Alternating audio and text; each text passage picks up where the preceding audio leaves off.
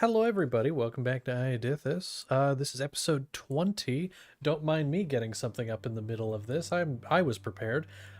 So so um, we today are going to be, like I said, doing episode 20.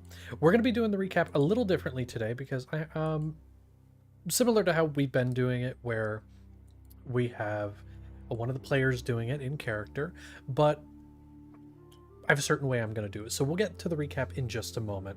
But first, we're going to actually start off with one of our players in the midst of sleep, that being Drossen. You were in your room sleeping, these sort of thin wooden walls on either side of you, the metal walls on the other sides of you, sleeping in a cot that's somewhat comfortable aboard a large moving vehicle. And so you drift off to sleep. And would there be anything on your mind as you drift off to sleep? What would you be thinking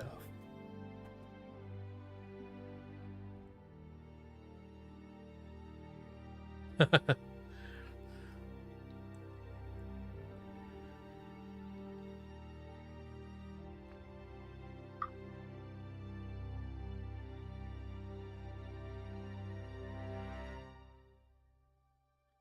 Mm-hmm.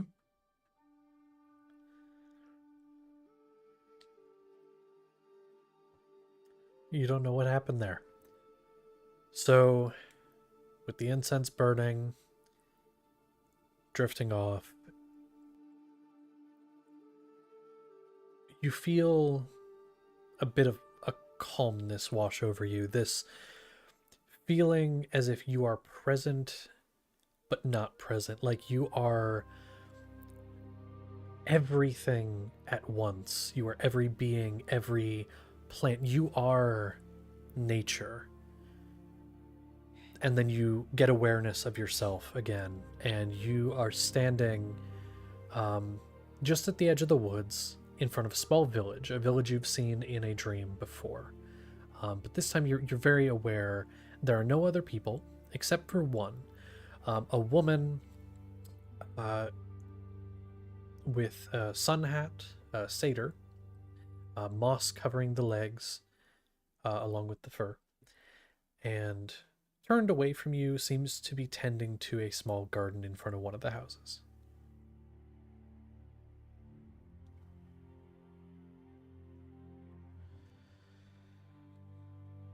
Stands, turns to you. What do you require of me?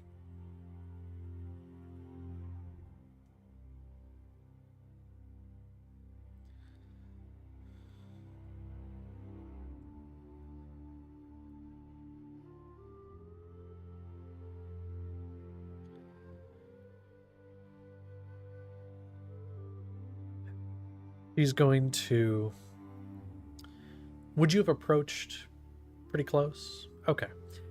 Going to stand, walk past you, and turning to look, she's walking toward a table and chair set which you had not seen there previously. Going to sit down and motions for you to take a seat as well. Okay. And these are just sort of like the kind of table and chairs that you'd see in like a garden, is just like a little, you can sit there, have lunch. Um, and she kind of clasps her hand, bows her head. Can you trust me? I like to think that you can, yes. As for everything, I will simplify it as best I can. I know it must be very confusing, and so I will lay it out plainly. And she goes into laying out the gist of it, which is this. The gods, her included, the gods excluding her, were from the Fey realm. They came from the Fey realm, and they defeated, they basically tricked the primordial beings of power. These Fey tricked them into giving them their power, the Fey then taking over as the gods. They created stories of their origin to make them seem more relatable, and it worked. People loved the stories, especially Anir, who became one of the most popular, because he was a down to earth paladin of the Order, serving the past god of light, and he was someone that all paladins and clerics could strive to be. That goes for all the other Fey gods as well, people following them for their own reason. Not all of the Fey gods were bad necessarily, but all of them went along with the plan, tricked the primordial beings, got their power, so on and so forth. Dramatz is the only exception, so she says. Whether you believe her or not, that's up to you. But so she says, what she tells you is she came out of a bunker. Her and her entire family. They lived within a bunker, multiple generations of Fey and humans breeding inside of this vault, eventually creating a very diverse group of people, and that is why she is a satyr.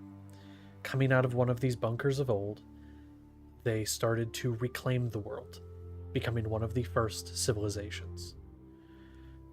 Dramatz reveals she was part of what is known as the Isakani people, one of the first civilizations to ever be settled on Iodithis. They were the ones who charted the stars. They are the ones that reclaimed the world, who created the first written languages. And she reveals that she was part of that. One of these primordial beings came to her and said, "We were tricked, we are weak, and we need your help." So this primordial being of nature itself, which you have met in a dream before, at the very beginning of the campaign, gave Dramatz her power and made her the being of nature. Yes, Cody, you had your finger up. Do you have a thing? Oh, you're good. Okay, that was for the hat. Got it. It became the being the god of nature, goddess of nature. She then started to work with the Fey gods to get close to them so she could take them down. Eventually she tried, and she failed because she was trapped. Ended up being trapped by Keen, who had their own agenda that she doesn't know all the details of. But what she does know is that she was trapped, her plan stopped, and the Fey gods were let loose to do what they wish, now a little more on edge and a little more cruel than they were before. And that kind of leads up till now, where the Fey gods, as she knows, she is not there with them.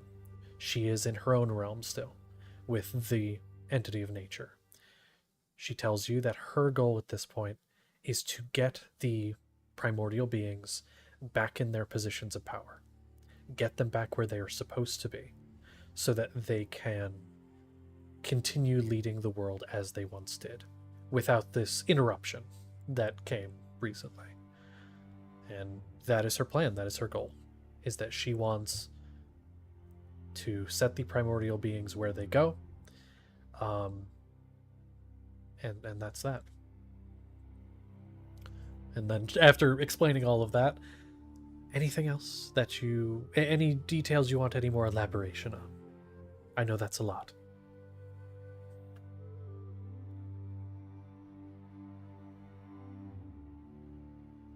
Yes. This is going to become... This is the start of a new age. I do not know what your churches will do. They have been following these people for centuries, these gods. So now, with the upheaval of them and the installation of a new pantheon, they may not do well with that. The churches, I mean. So just keep an eye on them. Be careful.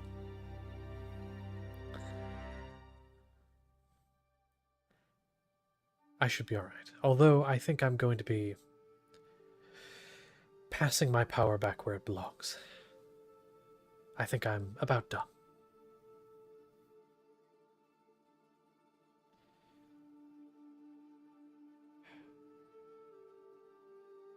Seems you have a group, though, that you have originally come from, that worship You and me.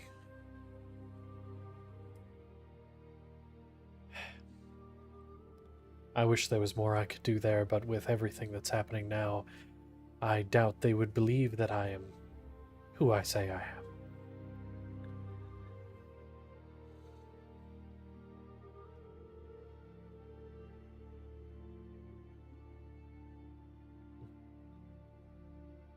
Perhaps. Just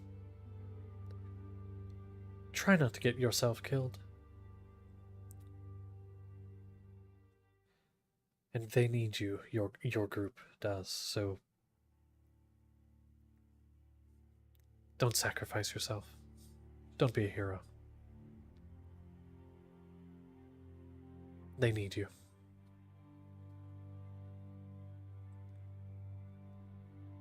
Anything else you need of me?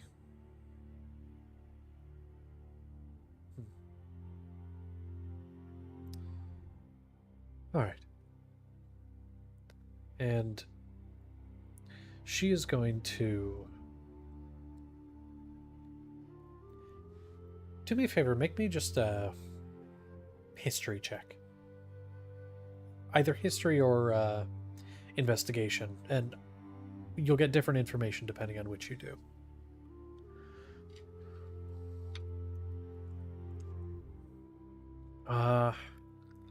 You know, I'd allow it because it's more so about the environment and if you can remember a detail about something. That's really vague, but... Okay.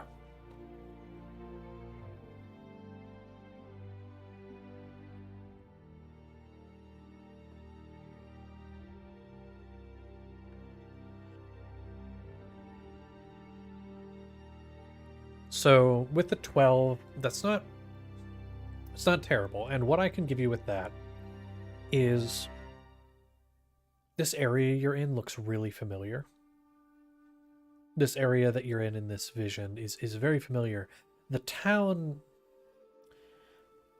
not so much. The architecture's different, the things like that, but the hills, and you can actually see a sort of, from where you are, see a tunnel looking thing into one of the hills. And you feel like you've seen that before. But it's been a while. And so your memory's a little fuzzy on where. I'm actually going to say, because of this specific thing, go ahead and roll again. We'll count it like advantage. So we'll just take whatever the higher roll is. Because I think it's more than reasonable you would know this, but there's a chance you don't. Okay, then that's what I can give you. The area looks very familiar, but you feel like that tunnel is a cave of some kind that you've been in somewhere. Okay. So that's that. And with you saying you have nothing else, you're going to... The scenery around you is going to begin to darken and fade, and you feel yourself in your dream almost getting sleepy before you snap awake with the door to your room going open and then shutting hard. Kingsley, would you like to begin to give Drawson the recap of what has happened?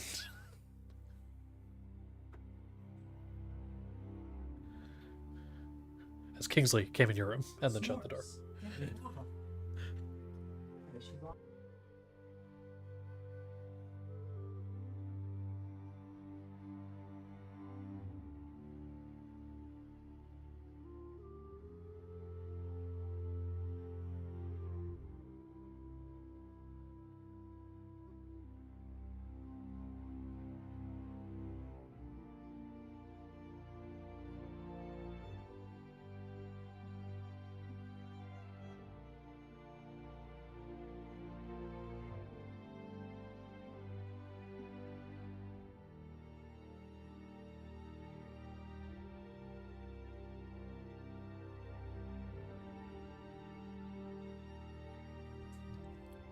Really quickly, I do want to say, so Maldet, you had been following Kingsley. You get to Kingsley's door about this time. The door is shut, and Kingsley had gone inside.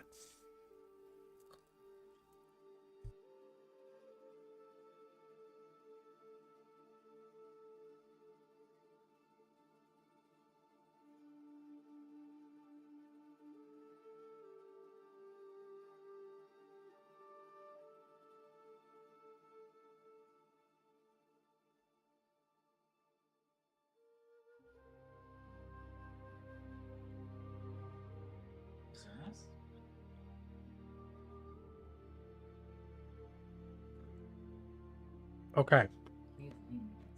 You are leaning against it, so what we're going to do is, Maldet, go ahead and make me an athletics check. And Kingsley,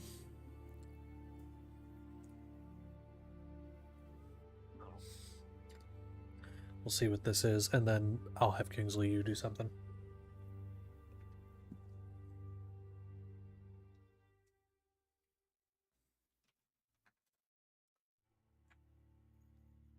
Athletics, yeah.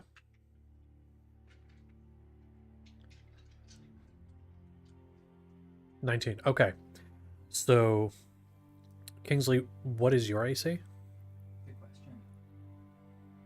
I was forgetting that just. Because basically what I'm going to do is I'm going to take the door's AC. I'm going to add however far above 10 your AC is to the door. It's 19. So you would have to beat I got to double check what this AC of a door is, a metal door specifically.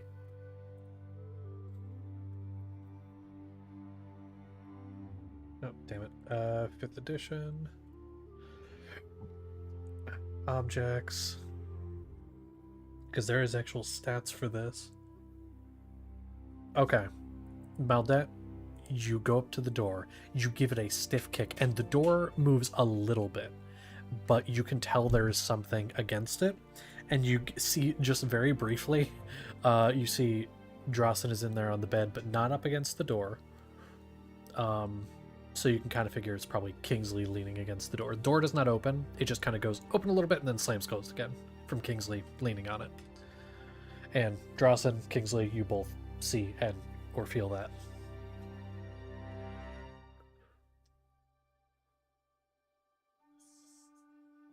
Oh. He's gonna kind of pull his shirt aside. So this thing showed up and he showed me all dead because I didn't know what it was. We found out what it was.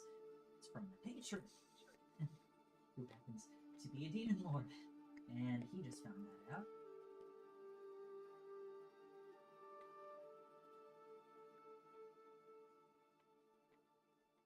Right. For sake of partial recap, I'm going to say that gets said, and then silence is cast. And so, immediately, Kingsley, you kind of like open your mouth, and there's no sound.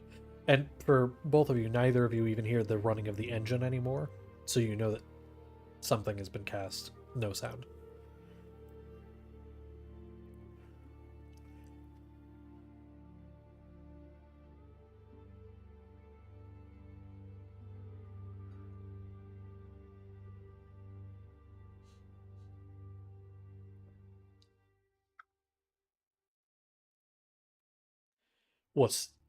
What's the thing you're doing?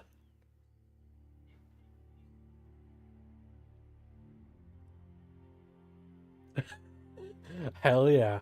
Okay, so Kingsley, do you go behind? He runs and this kind of really tall dude behind really short person. Okay. So you rush behind, you get behind as quickly as you possibly can.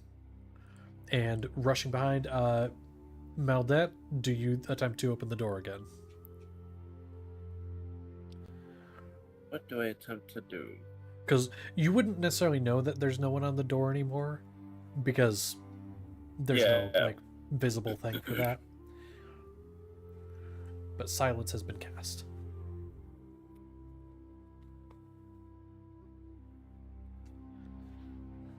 The door, it's metal. Every like hinges, everything is metal. Yeah, the door is metal, the like wall around it is most of this vehicle is metal of some kind. The only thing that isn't is the walls between each of your guys' rooms. Remembering that. Hold on, I need to look at the spell specifics of a spell before I do it, and then it. Because I think, so like you know how there's mold earth. Yes. Does that work on like wood planks, or does it have to be earth? I'm gonna say it's mold earth. I'm gonna say Okay. it's probably gotta be like the ground, like earth, stone. Okay. Okay. Yeah, it actually says you choose a portion of dirt or stone that you can see. So yeah, it would have to be one of those. Gotcha. Yep. Just got to it. Cool. Then I'm just gonna kick it down again. Let's At try least to kick try. it. Okay. I will say, going based off what you've rolled before, you go to kick again, and there's nothing against the door this time, so it just you give it a swift kick, and it like flies open. Drawson, you do the thing, hands up. You held your action, hands up, and there's no visible change. But Maldet, you've seen this happen before. You do not see anything, but Drawson's hands are up in like a defensive fashion. So either a spell is happening, or there's an invisible wall, like has happened before. So you all are I in a standoff of some kind. I try to walk in. Okay. Can I walk in? Uh, Drawson, this is your I'm- wall. Is this in front of just you guys? It's kind of like I'm in the middle of the room, so Okay. it's kind of like half through the room. Okay. So then, yeah, you can walk in the room. I've drawn an Nothing is invisible stopping line through this room. you. Yeah. And so yeah, you are able to step in the room, Maldet, and yeah.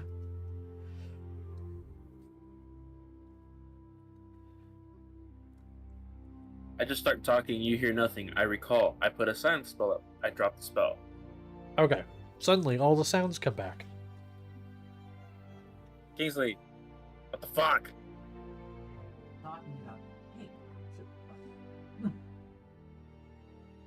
I don't know what he's talking about. Hey, I was actually gonna go look for you, Meldet. I need your help with something. Don't change the subject now. You know exactly what I'm talking about. All right.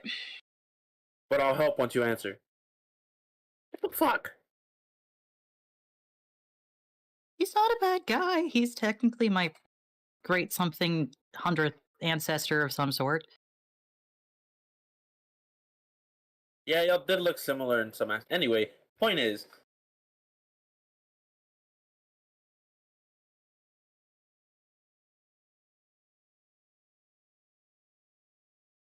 I thought I was fucked up. What do you mean fucked up? He's not a bad guy. The only thing that I do for him is get people together. It doesn't even have to be fucking.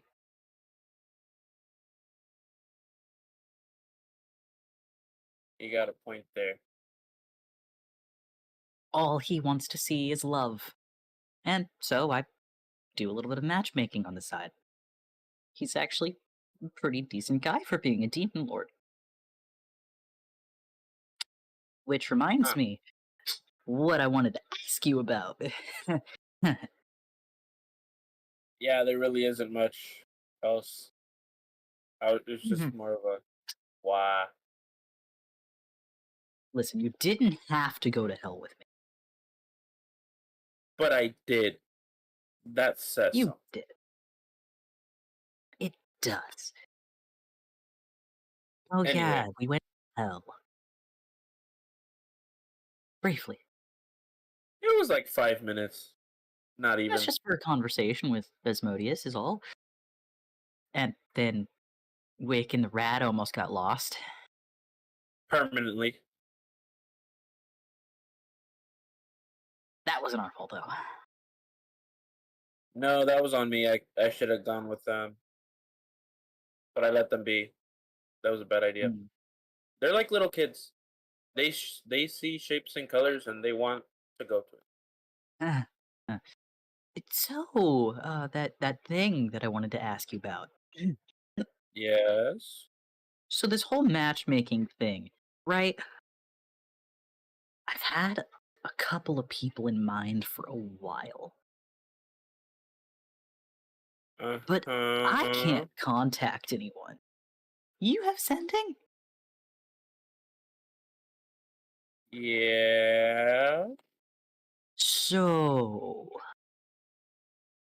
he's gonna kind of pat Drasan. You can drop it now. I don't think he's gonna punch me. Okay. And is I was out shot. No, I'm kidding. I will go sit back on the bed. I mean, what's in it for me? Well, maybe you just let me tell you who first, and maybe there will be something in there for you without me doing anything. So you remember in Kingsport, Lucia von Ripley? Did I ever talk to them, DM? Yeah. Was I ever there? It was before It was time before ship. we went back, yeah. Oh man, so far back. We It's helped been a him with his while. dragon. Yes. Vaguely. So, and you've definitely met Siren. Yes. I want to get them together. But after Kingsport kind of did the thing it did, I have no idea where Lucia went. And I can't contact him. But, and he's going to kind of poke him in the chest. You can?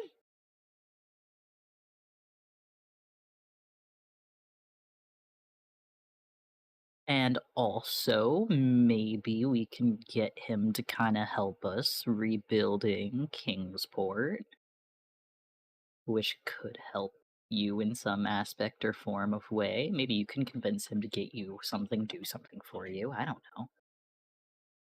But what if it doesn't work out? Doesn't, like, them getting together? Yeah.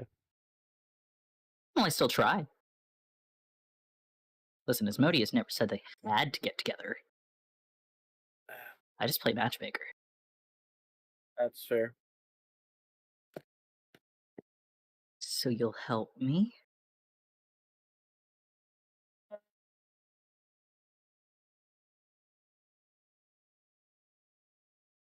If you said anything, you cut out. Yeah, no, he's like thinking, he's pondering. Mm-hmm. But like, You want something in return from me, you can request something, and I'll see what I can do. actually there is something I would like in return. Okay. Shoot. The dagger. I'm sorry, I can't do that. I cannot get it from Mundungus at this point. Yeah, we don't have any cherry pie. He's gonna be like to Drasan, not letting him say the cherry pie part. Okay. I think I knew about that from the get-go. Probably.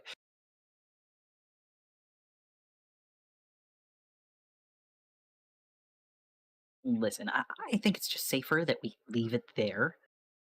Oh no, I was I just gonna can't do give it to the gods. That's worse. That's far worse. We're not giving it And- to the gods. And Well, they're no, 'cause kind like of that, away like right that, they can now. deal with their own situation, with their own kind. Uh, And after you can't exactly give it to them right now. I mean, yeah, I'd have to like find a way to contact them. You know, we'll get back to it. I can't do that. No. You can request anything else. I can't. Not in good Fine. conscience. Come on, I'm not a maniac. Anyway, but I get I'm it. not talking about you. I'm talking about I- the gods. Although I wouldn't give it to you either. I wouldn't give it to myself. That's why Mundungus has it. He's already a weird creature of the void.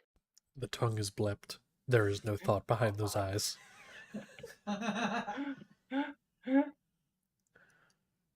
You're right. better it stays in whatever that is. I have no idea. Why are you under my blanket again? Hey, Kingsley. And actually, this goes for all of you. Maldet, you'd probably notice first. But Kingsley, when you reference Mundungus, you look back and there's two of them. They're sitting right next to each other. Just look at you. He takes a double take and is like, wait.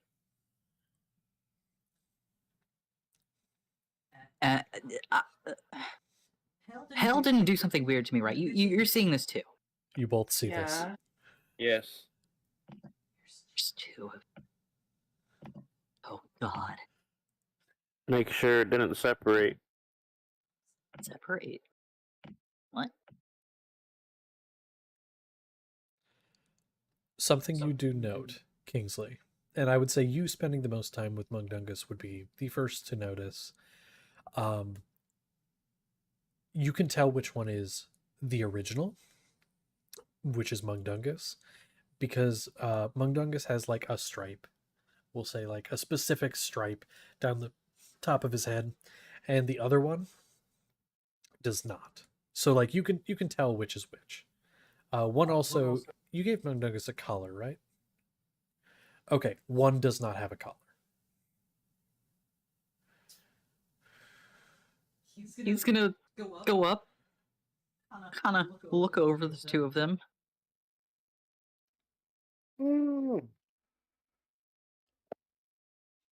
I have to test something now. Okay. He's gonna take the collar off of Mundungus and put it on the not Mundungus, and see if this one sounds the same, if it's also a weird creature of the void. There is the odd void buzzing, and then after a moment you hear, "Hello, sir."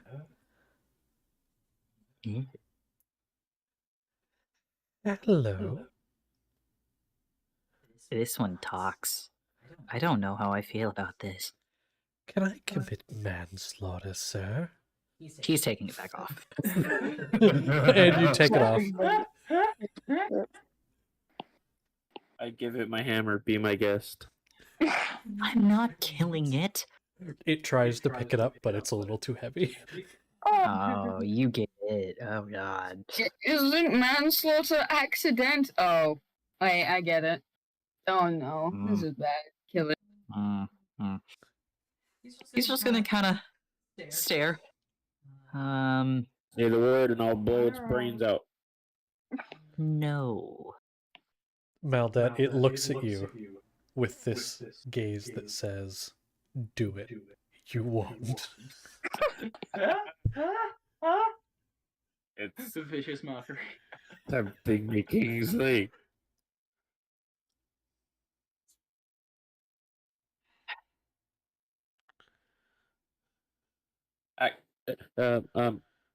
Kingsley, were we all aware of the thing that was popping out of Mundungus? Oh, I was. I think it was just Kingsley and Drasan. He didn't really share it with anyone. Gotcha. This, like, the little thing under his wing. That You think it could be? Because it wasn't there anymore when I checked him last. could be. How? I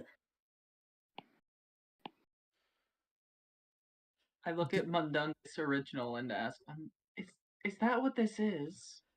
He'll put the collar back on original Mundungus. So you put it on, you ask that question, and there's a moment of, like, void for a second, and then you hear, "Plant. Plant."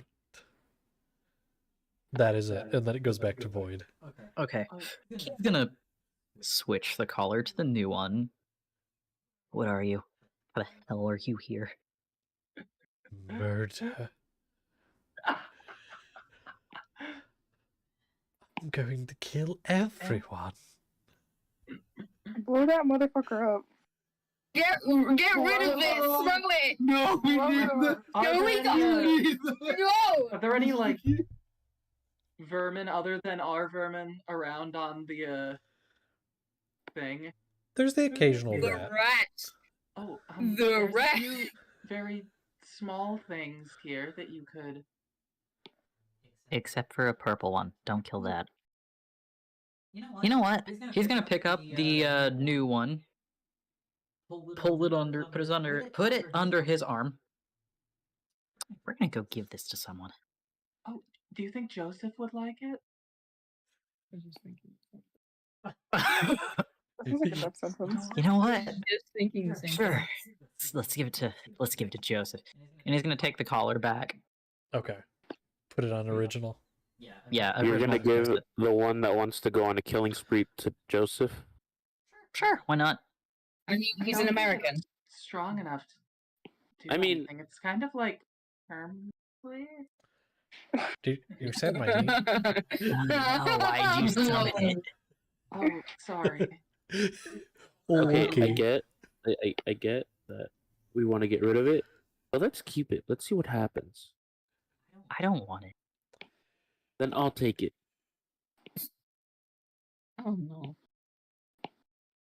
And this Sorry. is when the apocalypse happened, y'all. Second time, woo. Are you sure you want it? Am I sure? No. Do I want to do it? Hell yeah. And I'm the bad influence. I take no responsibility for whatever it does. It is not an extension of myself or Mundungus, and I will make you sign a contract saying so that I am not liable for whatever it does. I pull out a semi-made contract like this. Returns from hell, starts making contracts. I am not liable for anything that this thing does. No, but it is the other half of Mundung.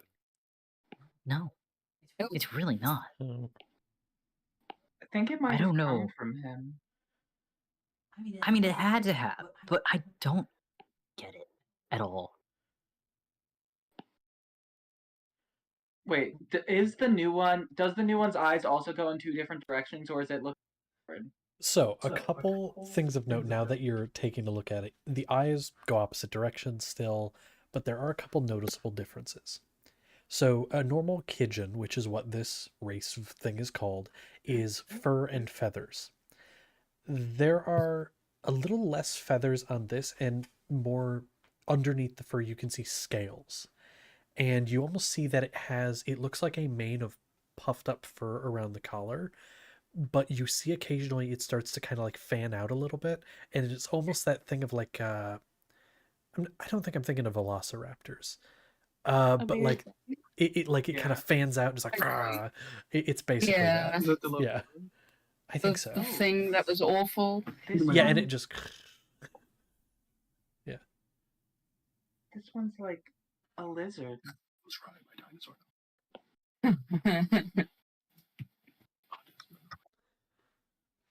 He will hand it over to Meldet. It's your responsibility. I want none of that. If it kills anyone or anything, you're responsible and liable for whatever damage it does. Also, from what I've learned from Mundungus, they like to piss on things, so good luck with that. Is that why my armor snaps? No, that's just because Zernus stinks. I'm sorry. Because he never takes it off. yeah. Exactly. Meldet, you take the being. Yes. You are now responsible to name it. I will say, Connor, if you want to get the stat block over for it, go ahead and send it over to them. They do have a stat block. You can use them in combat if you so wish. It is going to, as you take it, it's going to kind of start to hack. Like it's got a hairball. It's like and then it shoots acid at the wall behind you. That starts to and kind of melt through. Now that's just gonna Is name this this Kijin gun to- the same size, or is it younger? It's actually a little smaller. A little smaller than Mundungus. Because currently the one I have in here is specifically for Mundungus, but I can go down a couple levels. Yeah, if you want to go down a couple levels and then send it over.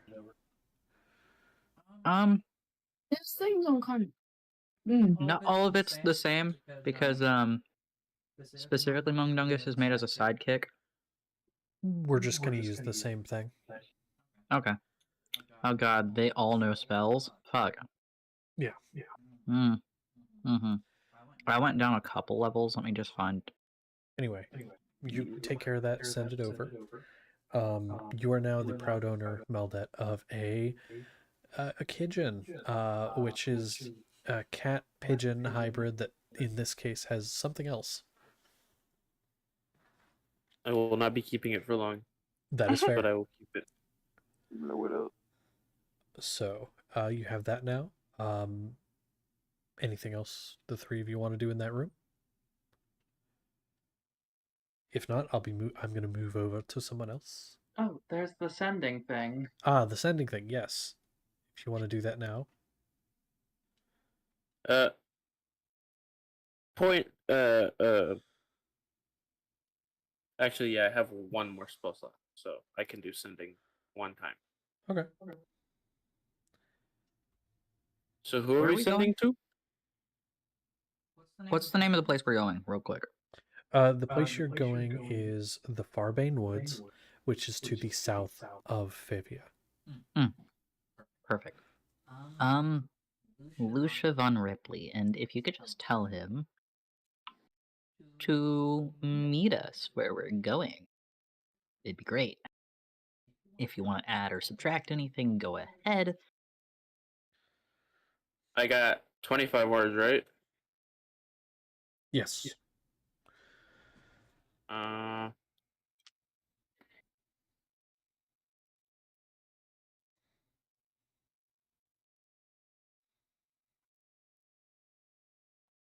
It is Going goddamn to hot. the woods.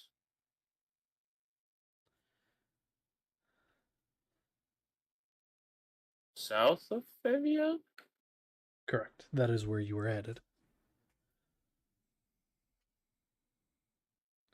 Going to the woods. Okay, so I'll start the spell. Okay.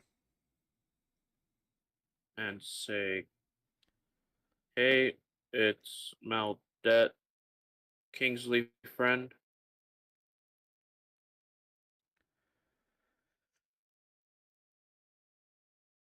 Sending message so you can meet us at woods south of Favia.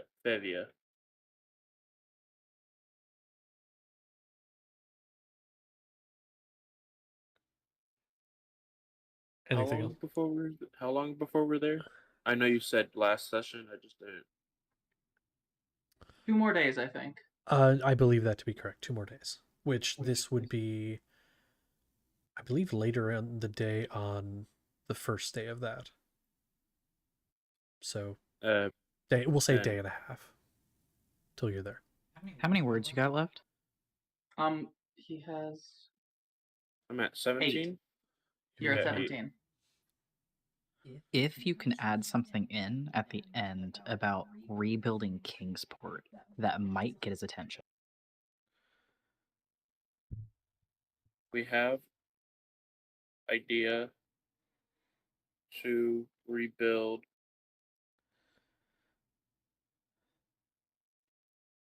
Kingsport.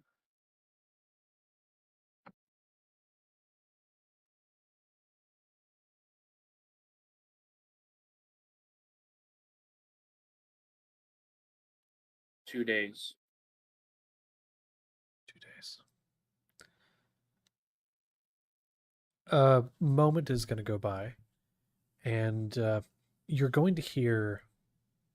And a note I would like to make, because I mentioned before when you were contacting someone last session, if you remember who it was, that there was a weird static sound that is not present here. So that is a thing you would notice immediately, is there's no static or interference whatsoever. You receive back, I will try to find where you are going. You have my attention. currently tracking strange transport. May not make it in time. We'll try. I will relay that info. Okay.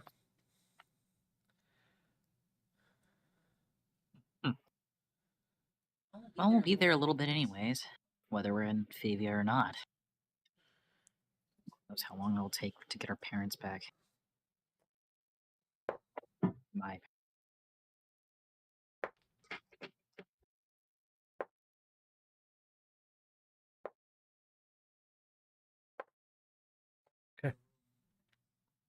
I had to roll for a lot of people, don't worry. So okay, so that is the sending. I do want to pop over real quick because something may happen. Maybe. Real quick, I want to hop over to Zernus because you walked away from that with a bit of a wound on your face. I wouldn't say it's as severe as the artwork you did. Not quite that severe, unless you want it to be. Yes. But yeah, okay.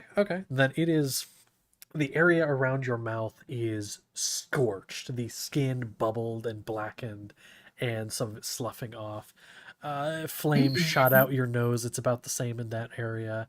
The nose is barely there. Yeah, so what are you doing? Where's Medbay? Where is Medbay? Where's Medbay? So you start hobbling down. You actually, I'll say you would know where that is. You would have gotten like a brief tour of the place, and you'd know where that is. Beelining that with my hands over my face, just like hurt. And so you start like hobbling there. It's not too far. It's about a floor away. There are 2 med bays on the vehicle, one near the front, one near the back. So you start going toward the one in the front, as that'd be what's closest. And you make it there, and there's the a couple medics inside. They're tending to someone who like has a sprained ankle. One of the people is, and then you walk in covering your face. Like, lady comes up to you. Oh, what can I do for you, dearie? Oh no! She's gonna like immediately grab you over the shoulders, rush you toward a table, and she gets the other guy over there, the other like nurse over there. Is like, all right, we need this, and they start grabbing like syringes and bandages. I'm trying to like lay on hands, but it hurts too much to concentrate completely. Yeah, and so they rush over and immediately give you some like needle, boom, in. You don't know what it is, but they just immediately. Do you allow them to do it because you have a history with needles and things? Do you allow them to do so as they approach you with it?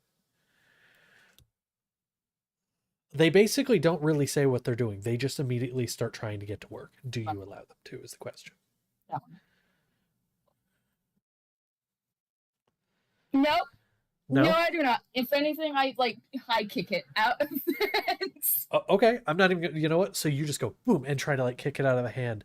And I think I'm pretty much screaming. I wasn't allowed to scream last time. I'm screaming now. okay. And so they're like, oh, whoa, we need to give you this to help with the pain. And like the other one flew out of the hand, hit the ground, and shattered. We're trying to help you with the pain. We have nothing else. We don't have magic. He's trying to scoot backwards. There's an edge to the bed, right? There is, yeah. Yeah, he falls off it. Okay, backwards. you fall He does off, have a cleric. and this is true. I'm gonna say just falling off the bed, you take like a point of damage just falling on your ass. And you kind of like hit your face a little bit, which is already, and the nose, which was barely there, just goes gone. Oh, I'm fine. This is okay. Yeah. So she's like, we need to help you. Do you want our help or not? He's just sobbing uncontrollably. Okay, they're gonna honestly try to restrain you. What's your current armor class? My current? I'm probably not Current wearing armor class. anything since I was in bed with Sarah. I- That sounds. Yeah, you wouldn't. So it would just be your dexterity plus 10. Your dexterity modifier plus 10. Dex plus 10. So 14. If we're 14. going with that right. The guy, so you're on the ground already, so actually you're prone, so they get advantage on this. Okay. Guy's gonna run forward and just tackle you to the ground. Like you're already on the ground, but like pinning you to the ground because I mean, you're acting hysterical. They don't know what you're doing. You seem like you might be a danger. So the guy just runs forward, tackles you to the ground.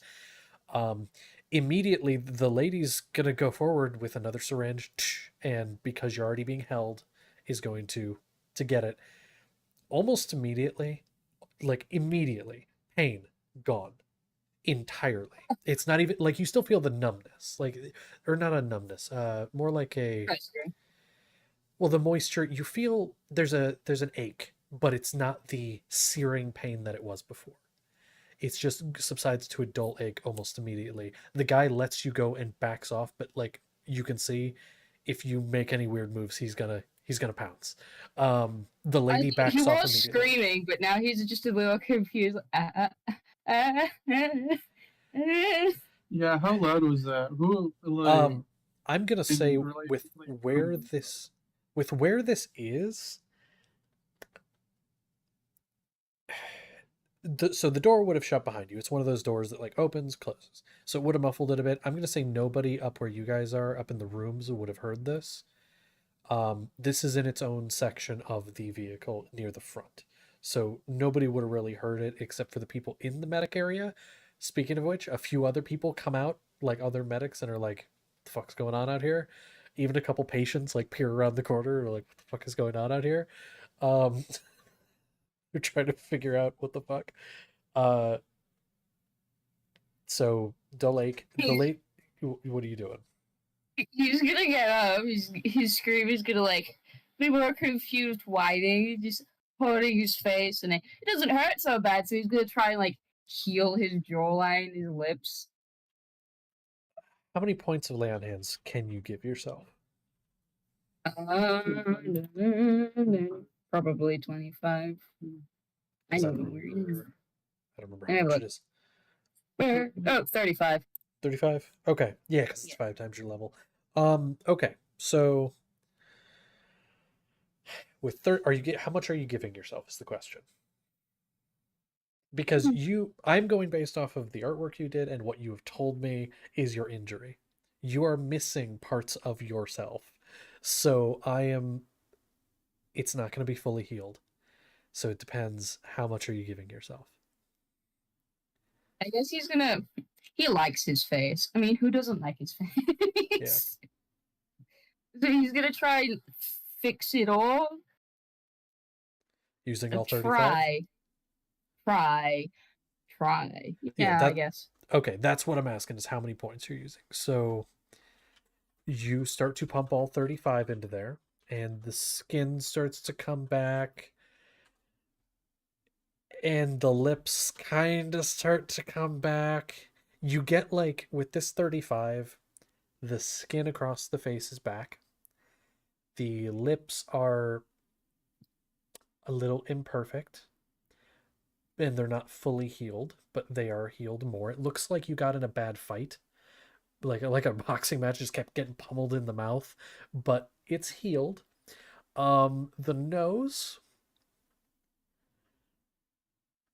it was gone after you fell off the bed and hit the ground.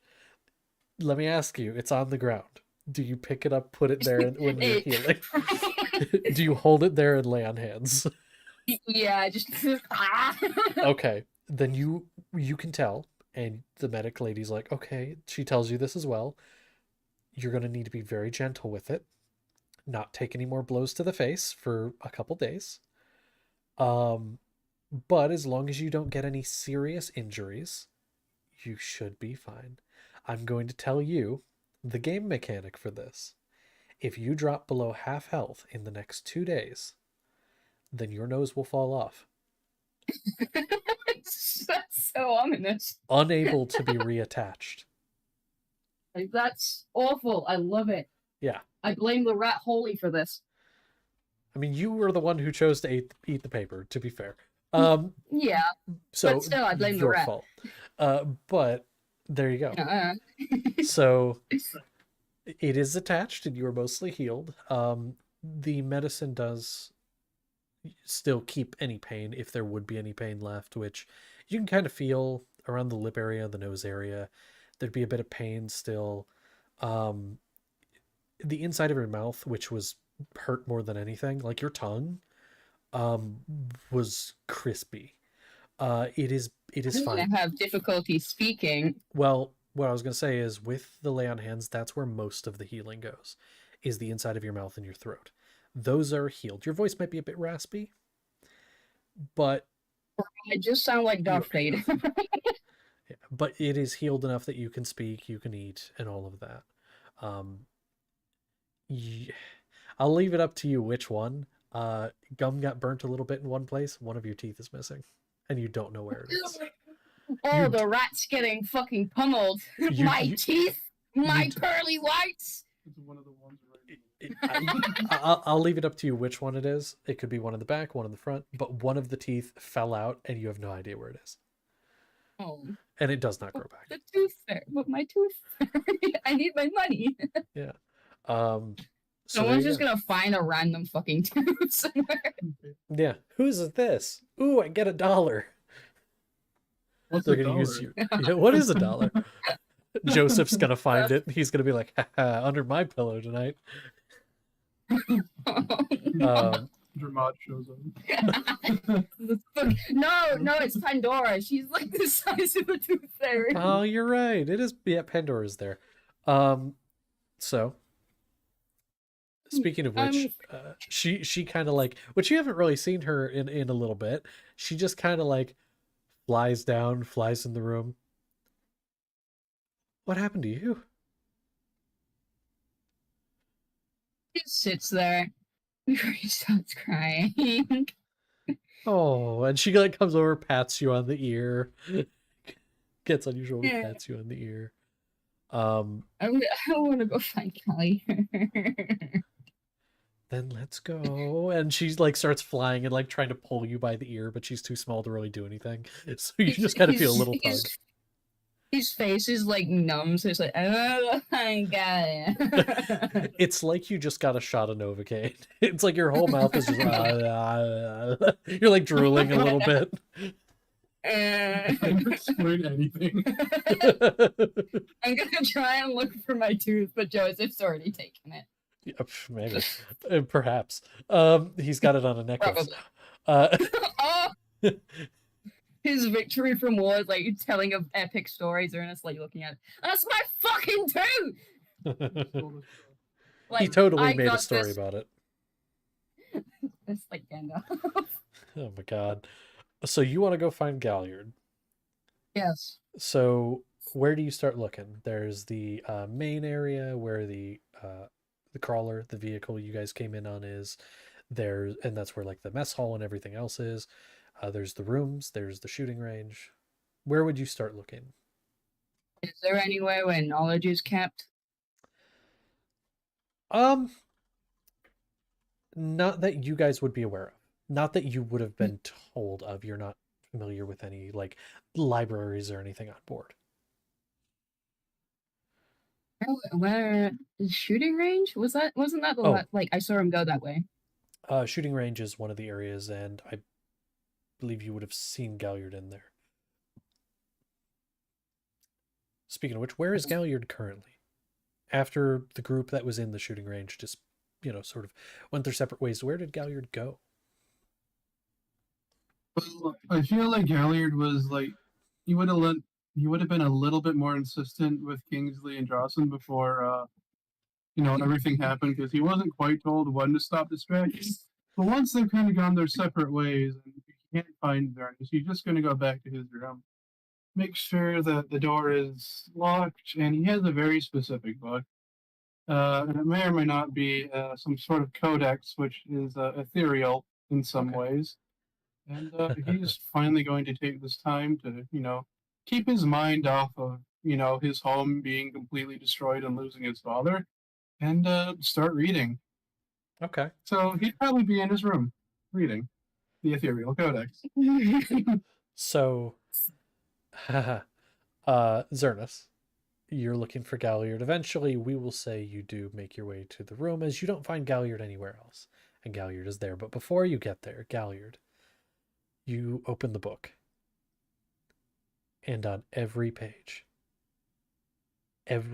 repeating, replacing every word that was there previously, you see, let me out, let me out, let me out, let me out, let me out, let me out, let me out, let me out, let me out. Every page, every single one, even the blank ones.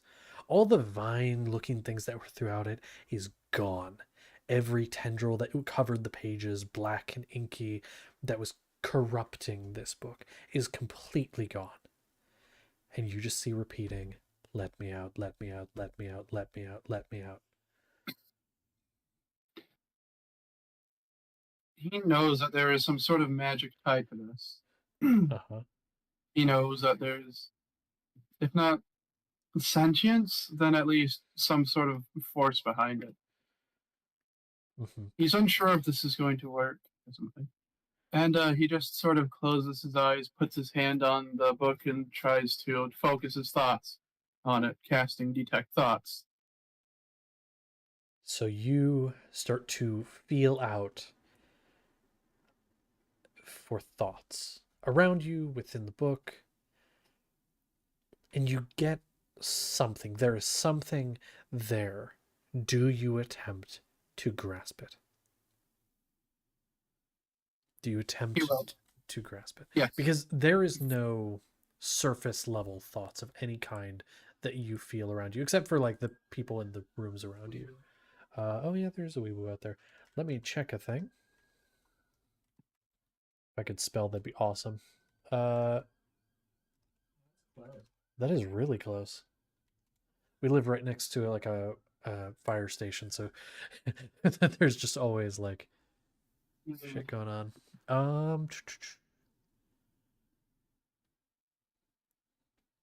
Okay, so let me make a quick roll. That's what I was checking. Okay. You are going to basically probe deeper into the book. That is where the thoughts are coming from. And you get,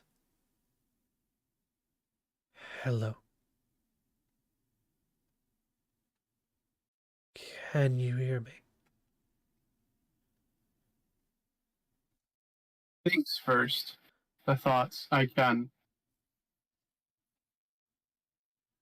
Say again, I'm sorry. He just thinks first the words, I can, and then waits for a response. If there's nothing. I was going to say the voice does return a little more prominently. And you can tell, at least with the detect thoughts up, you no longer have to focus as hard now that you have seemingly made contact. And you hear, finally. And there is nothing for a moment. Do you do anything? It's a good like minute of silence after that.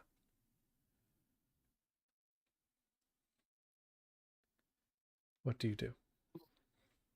Who or what are you? Connor, I cannot pull something up, so I'm going to ask you to do something for me because I know you have it.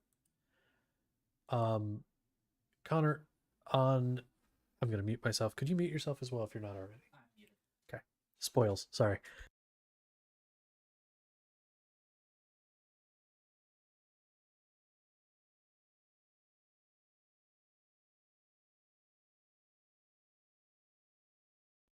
I can't open a thing up that I need to for this because I'm streaming and it won't load. So I know Connor has it on a thing.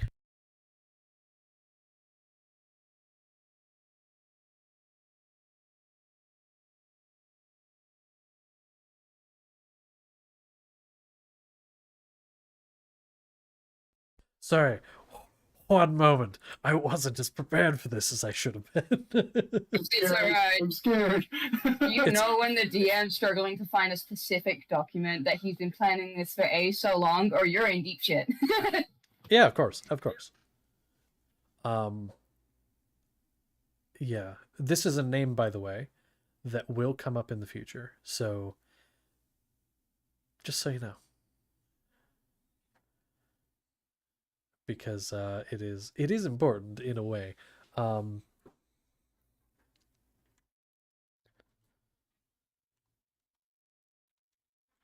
muted. Okay, so you ask, who or what are you? And what you get in reply is, Oven. My name is Fovin. And for your knowledge, that is spelled P-H-O-V-E-N. Fovin. Like P-H oven.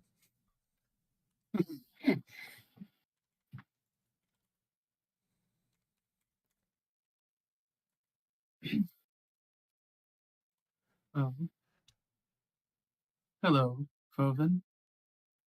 I am Galliard. I don't know who you are.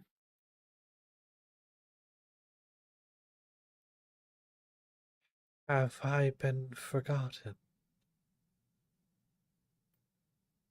A shame. You are going to, and it's almost aggressive when this feeling and what you see, it's like somebody is shoving something in your face and saying, look at this. You get flashes of images of small cities rising to larger ones, villages burning to the ground. You're going to see glimpses and images of that happening over and over and over and over and over again, and trees growing from a small sapling to larger ones. You're going to see history. And then it stops, almost as abruptly and aggressively as it started. I am knowledge. I am the beginning of knowledge. I'm the end of it. I sense the oppressors are gone.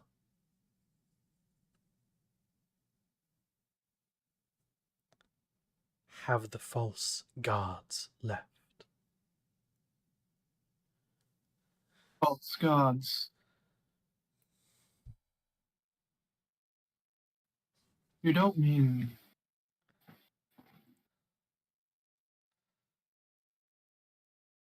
I don't know how long it's been for you, but names such as Dramats or Anir, are they familiar?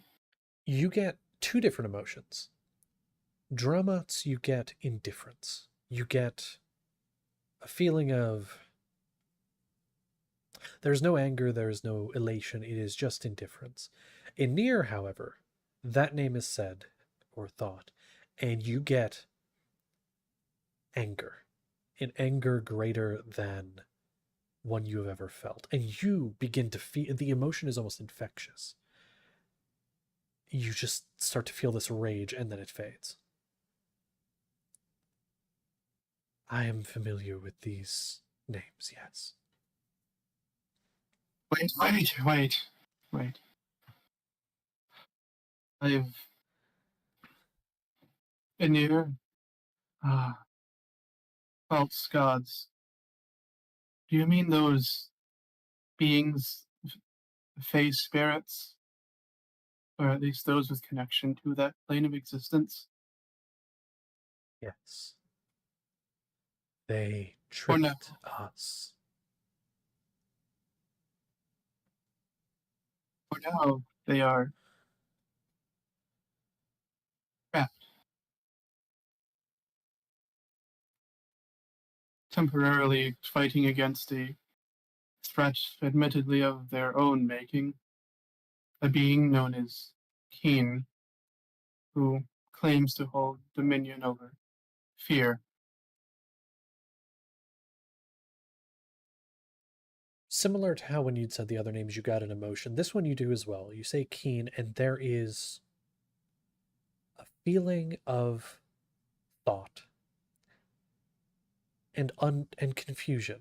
And you get kind of the idea from the images and feelings you get, this being, for all the knowledge it may hold, does not know who that is.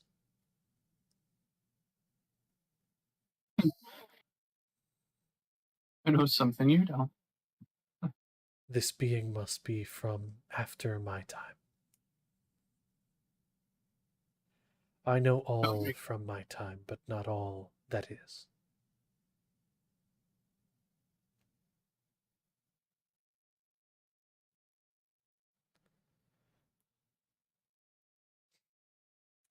Sorry, I'm trying to look back. Player Yes. here. Galliard learned about the Isakani or no? You would have they because they are in the codex.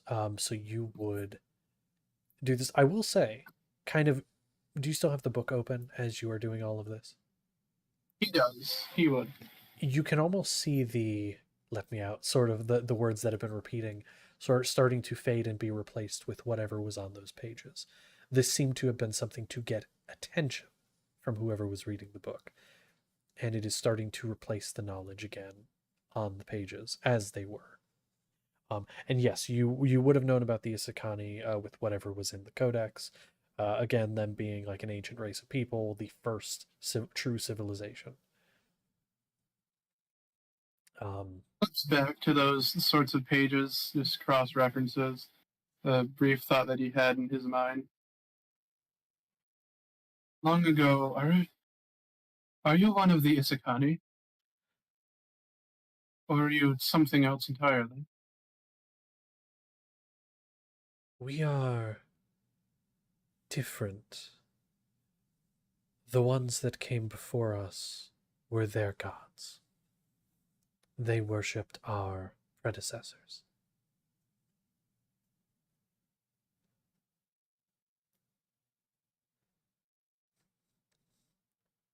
So, you then, a being of divine or great power? Is there a difference? The difference is in your definition. To us, it is all the same.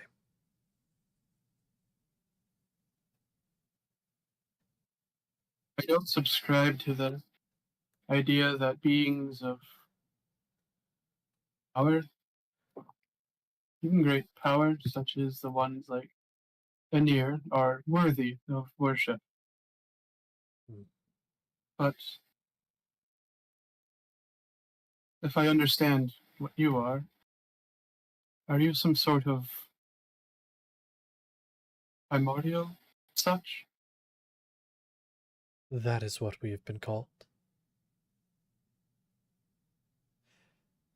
Some call us the Ancients.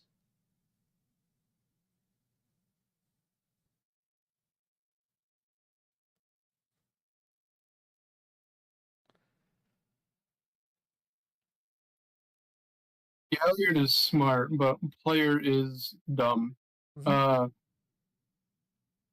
We have heard of the ancients before, right? Or is that You have heard of them once before, specifically during the Christmas session, funny enough. Yeah. There was a thing that you were allowed to take. Believe each of you got one of them, called a Boon of the Ancient. You were infused with power from somewhere. At the time, you didn't know where. You were infused with power of some kind in order to save Christmas. This primordial being that's stuck in a book is the sole reason we saved Christmas. Lovely. It is one of the reasons. It has mentioned there are others. Hey guys, we have a side quest. well, Foven? Oh no. Good friend. Sad. Oh, Yes. ancient. I believe once I've tasted a portion of your power before. I'm not entirely sure.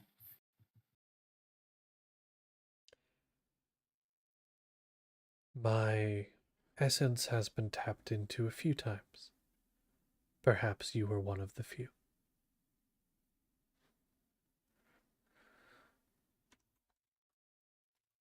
Forgive me, I'm trying to understand. Is this you? And he looks down, tries to figure out how to show the words to this voice that he's speaking to in his head, then just kind of stops. Are you the one that was needing to be let out? Yes.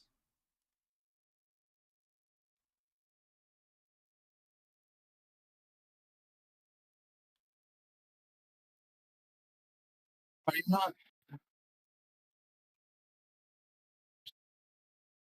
Your power was tapped into, and yet you are trapped in here. Somehow. Is it not This possible Hmm? simply follow that route out?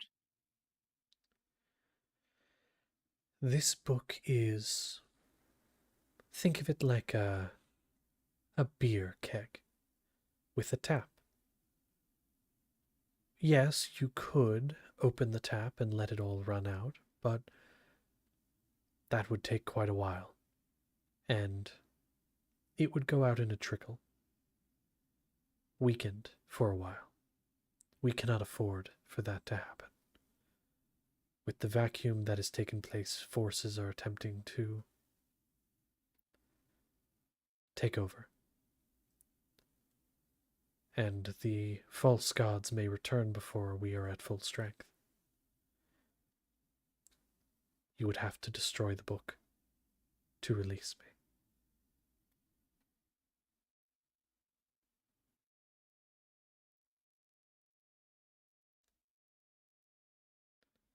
Shatter the keg.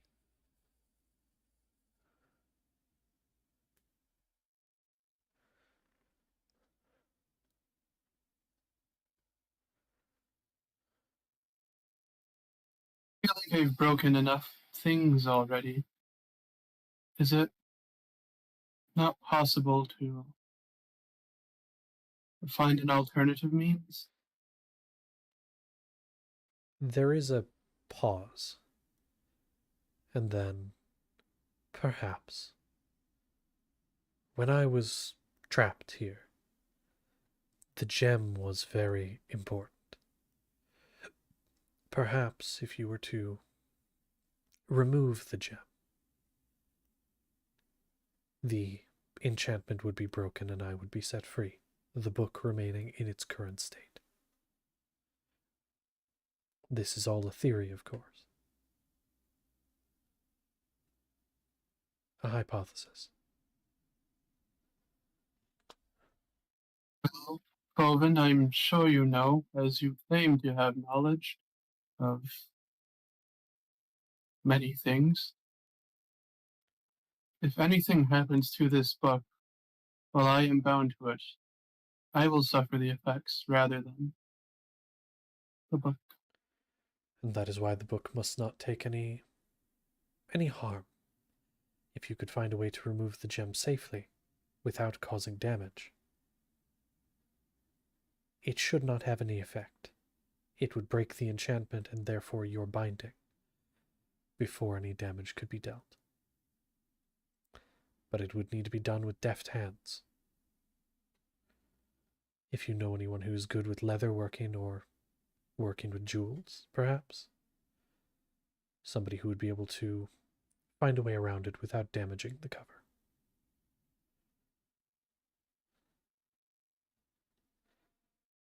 I believe someone was trying that on me quite a while ago, but never got anywhere.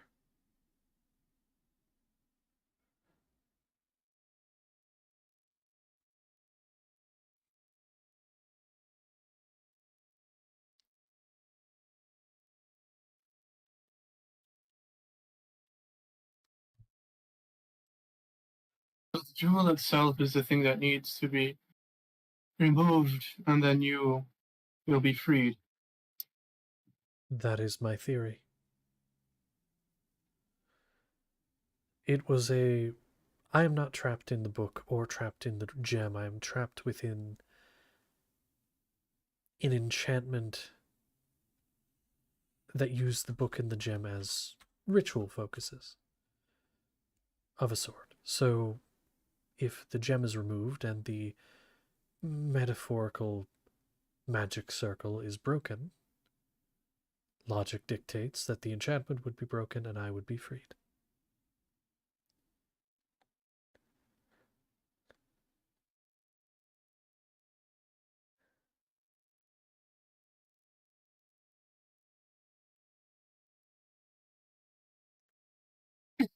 Shiny. Well, you're not exactly where you belong. I have only the faintest knowledge, grasp of who you are. Not only what you possess, but your being, your nature. This book is in my care, and forgive me. Myself and my friends, my company, have had to deal with several beings already of your nature who are not exactly what they claim to be. The pretenders, as you called them, and as they rightfully are, it seems. I need some assurance if there's anything that could be given.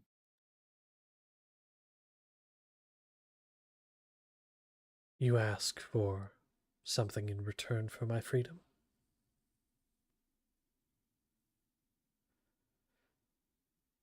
So much as something in return, just validity, I suppose.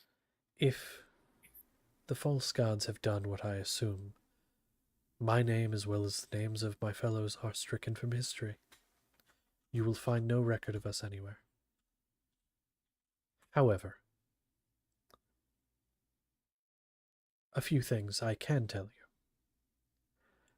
First off, my existence is very well literally in your hands. I have no bargaining power or any power over you.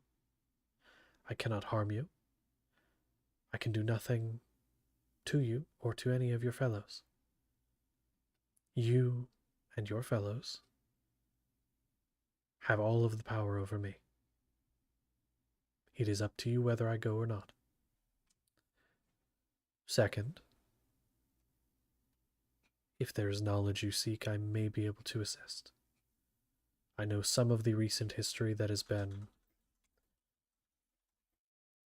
gained through this book's passing of hands, such as I know the information that you know and the information that those who've touched this book know. So I may be able to assist. And third, validity. What would ease your mind? I could give you my entire history, but that wouldn't matter much, I don't think. After all, you've been lied about history before. What would ease your conscience? Ease your mind?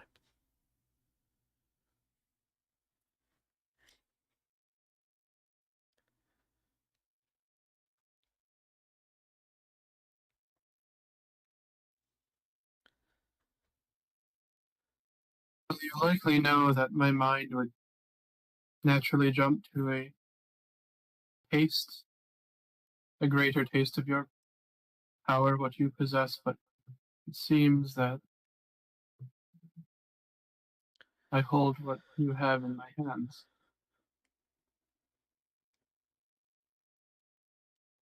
I'd ask you not to, frankly and respectfully, betray me and my friends upon your release.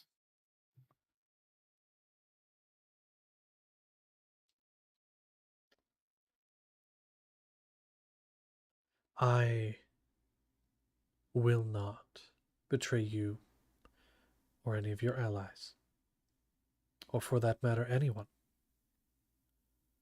for as long as I hold power. You are familiar with gods that are very hands-on, that are very on the material, you could say. That is not how we operate. My kind operate through miracle and through acts of faith. We do not have physical form. So in this new world where we take our power back, there is little we can do to you except miracles.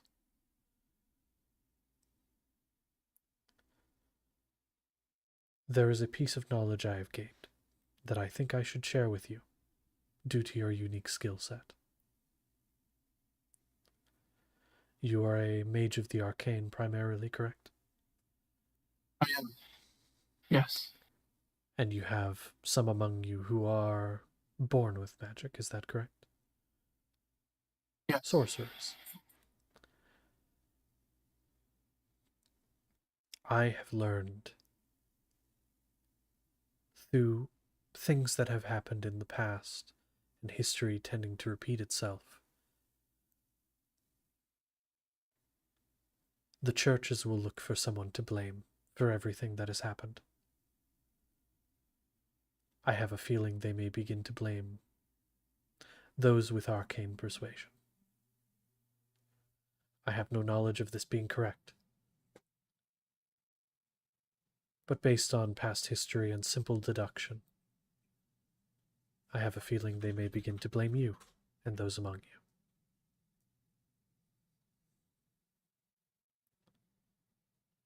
There is nothing we can do as we cannot speak with them directly. The only reason I can speak with you directly now is because of my current predicament. Once we are free, no one will hear from us again. Not directly, anyway.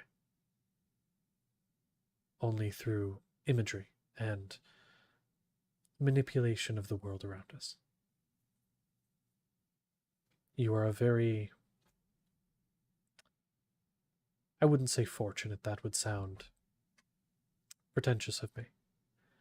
You are a very rare person to be able to hear one of us speak.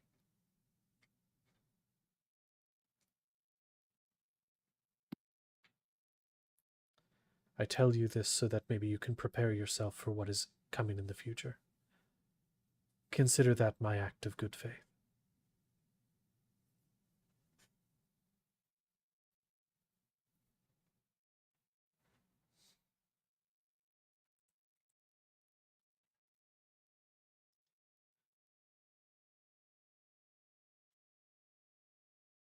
I've only had a chance to glimpse what you have shown me in its entirety. But from the histories that I've read,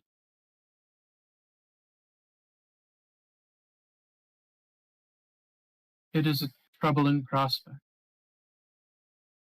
My family was tasked with maintaining the spire, the manifestation of magic itself, and yet now it lays damaged. Yes. If that were to fall, I see the future that you portend.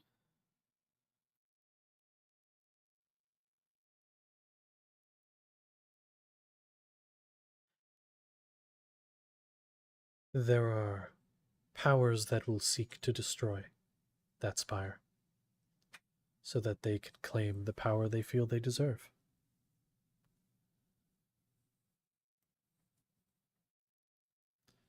Do your best, but do not blame yourself if you fail. There are too many forces working against you. Too much for one person. Too much for even a small group like you have.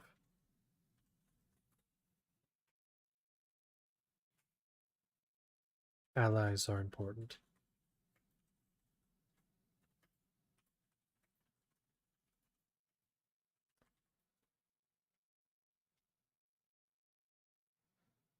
I will do what I can.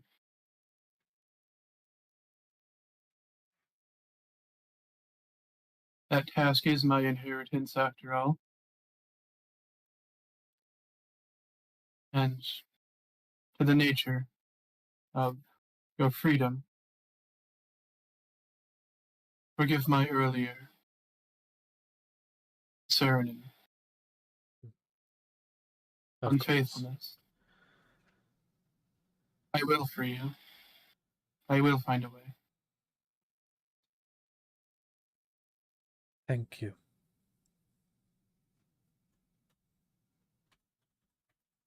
Please share more with me. I want to know. I want to learn.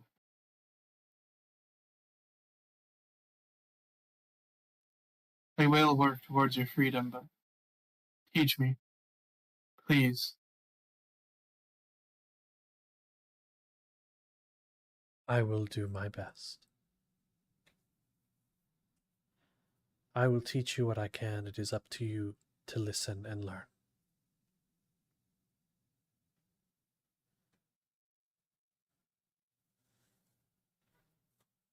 I will.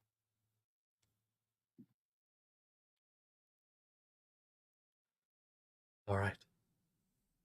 Then for my freedom, you shall gain knowledge.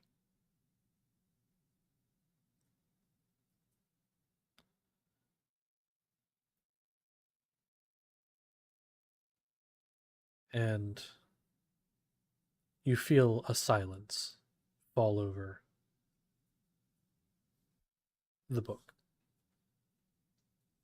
And any possible future attempts to reach out are met with silence. At least for right now.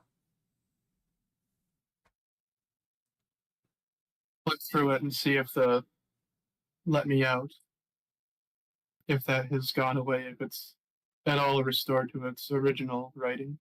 The let me out is entirely gone throughout the entire book, and all of the pages are filled with the knowledge the book contains, which by the time I do second campaign stuff will be filled out because I now have the information I need to do so. I've been kind of compiling information slowly for months, but a lot of it's been kind of choppy. So it'll be there by then. And the codex will be complete. So we're going to hop over really quick to Wick. What has Wick been up to during this time? Because Wick, you came back from hell, and it was you and the rat in the room after everybody left. What have the two of you been doing? Chatting about the rave. Okay. You know, for fun. Chatting about the rave. You can still almost hear the music. Rick wipes a tear from her eye. I love that. And do you still have the contracts in your hands? I assume so, right? Did we put them away? Yeah, we have them in our hands. Okay. Or no, we did put them away. Did you? Okay. Yeah. I put it in my place. I put it in my cargo pants, I think, or my bag. One moment, I'm sorry. Oh, good. Jesus Wick Christ. the builder, she can fix it. Sorry, that was Connor was showing me a thing that was oh wow. Okay. Anyway, but so it's gotten put away, so then never mind, that does not apply. But anything you two specifically would like to do? Or are you just chatting? Well, I think you wanted to do something. Oh. What? I forgot because I was about to say, let's go back to the rave. Oh, girl. You can. Like, I'm not going to stop you. This is your guys' story. If you want to go back to the rave, you can. You just have to sign a little contract first. Such music. But I remember that I wanted to see Joseph for something. So Okay. Radioactive purple rat baby, you're coming with me. Radioactive purple rat bitch. Sorry, radioactive purple rat bitch, you're Yes, coming with me. The name has been updated. The radioactive purple rat, bitch. So biatch. So you get yoinked, and you want to go find Joseph. He is currently up at the helm, the wheel. You head up there. Yeah, why Okay. not? And so, making your way up the stairs, a couple flights of stairs. It's a very tall vehicle, but Power you are walking. used to stairs because you are. Listen, Kingsport, going up all the stairs all the time. You Mhm. are power walking your way up. Eventually, making your way to the helm. It's just him in there. There's one guard outside the door who recognizes you. Joseph looks over the shoulder, waves you in, and just kind of he waves you to come up next to him. The Joseph does. It's like, hey, buddy. Hey, how's it going? What can I do for you?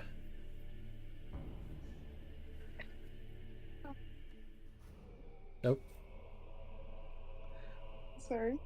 you're good. Many, many things, but we could.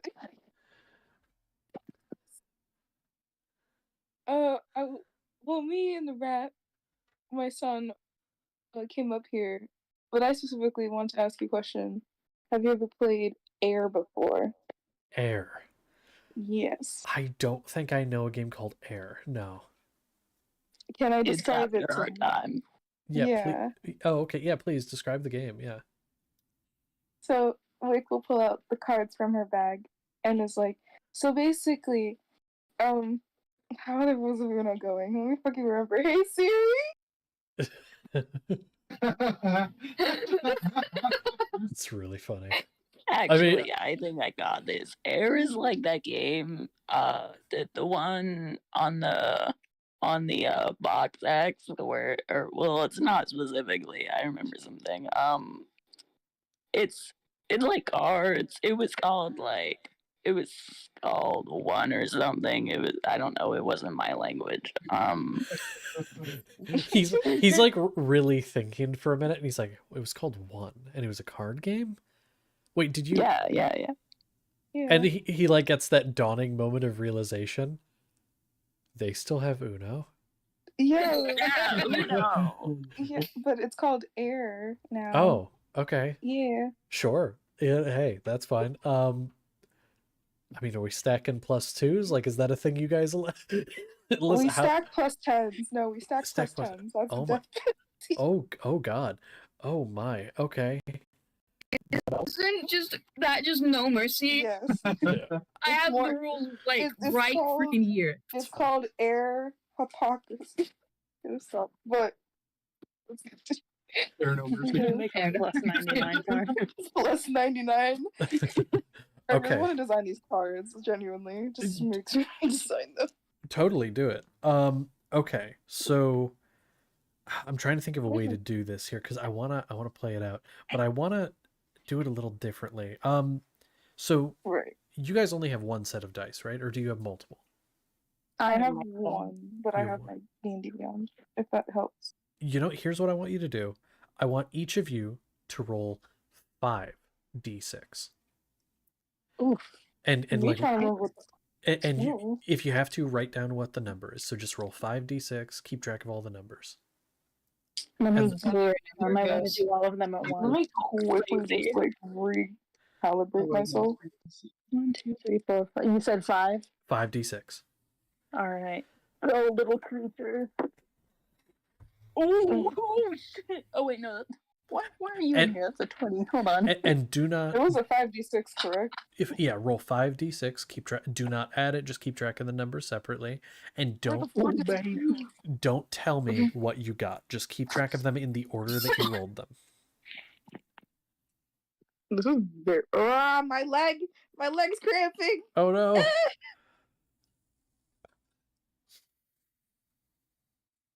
All right. And when you're done, just let me know you're done. And then again, don't tell me what they are. Just keep track of them in the order that you rolled them. Cube, right? It's just. the I cube. rolled all mine it's at the the cube. same time. Okay. Oh, that's fine. I did too. I just grabbed them all, rolled them. Just kind of Okay. like put them in like whatever, like left to right order they were. Well, I'm gonna write this real quick. I forget. And Oh I'll my tell God. you how we'll do this, because most of how this is going to go is through my description, but I'll explain how we're going to do this here in a sec. Was it 5d6s? That's what it was, right? That is correct. Yep. 5d6.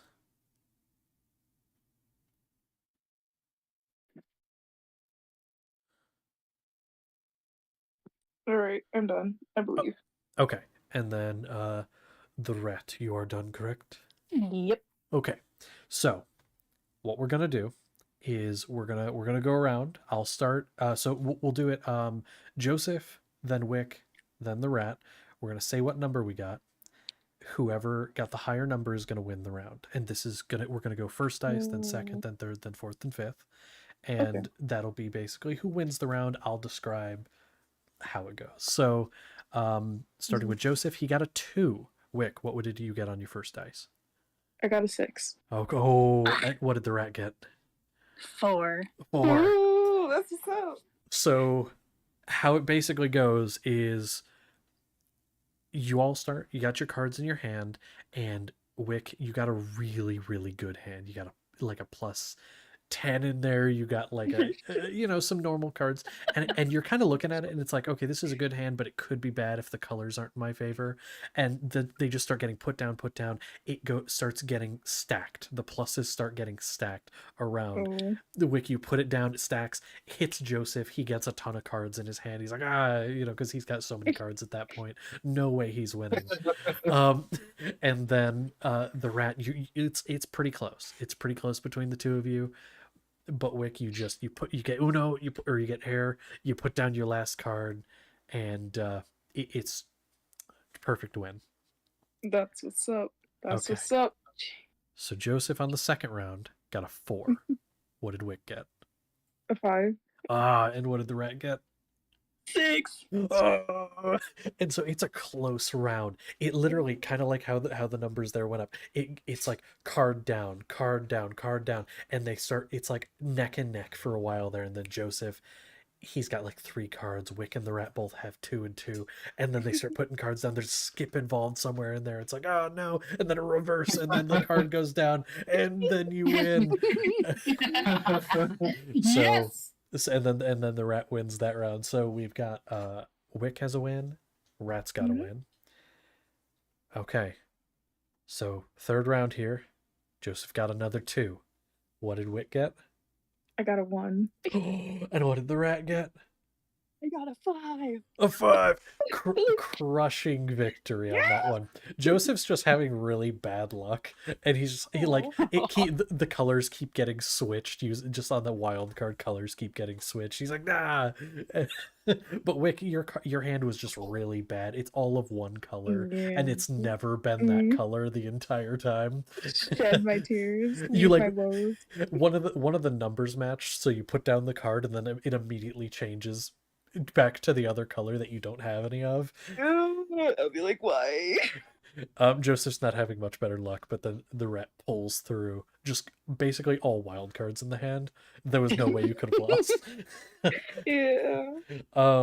Okay. This Joseph, poor buddy. Oh, So he got a 1. What did Wick get? I got a 4. And what did the rat get? I got a 4. Oh, 4 and a 4. So I'm gonna say both of you just go ahead and roll d20, both of you, and this will just determine who wins. Oh. Oh, Ooh. That's what's up. That's what's up. Come on. Oh, what did Wick get? I got a nat 20. Nat 20, and what did the brat get? 2. 2. Okay, so like you guys are both neck and neck. It is between the two of you for sure. Joseph's just there. It's between the two of you, and it gets really, really close, and it's a wild card that wins it for Wick. Just putting down a wild card, changing the color, getting down to Uno, and then immediately being able to, because Joseph puts down a reverse. It goes right back to you. You immediately play the card you had, win. Fuck yeah. It was close though. That's what's up. That's So- what's up. So as it stands right now, if I kept track correctly, it is 2 for Wick and 2 for Rat. Oh. Yeah. Joseph has none. But who knows? Who knows? Maybe he could win this one. Around, baby. And on the Look at last, it. Joseph will pull through. Who knows? Come on, Joseph. on the last one, the last round of air, Joseph got a 3. What did Wick get? Oh, I got a 5. Okay, and what did the rat get? A 6. Oh my god! Yes. And so the rat, you lock it. You lock it, and you have the cards in your hand, protect them. No one can see them. Fucking sweating. Sweating, it's like poker.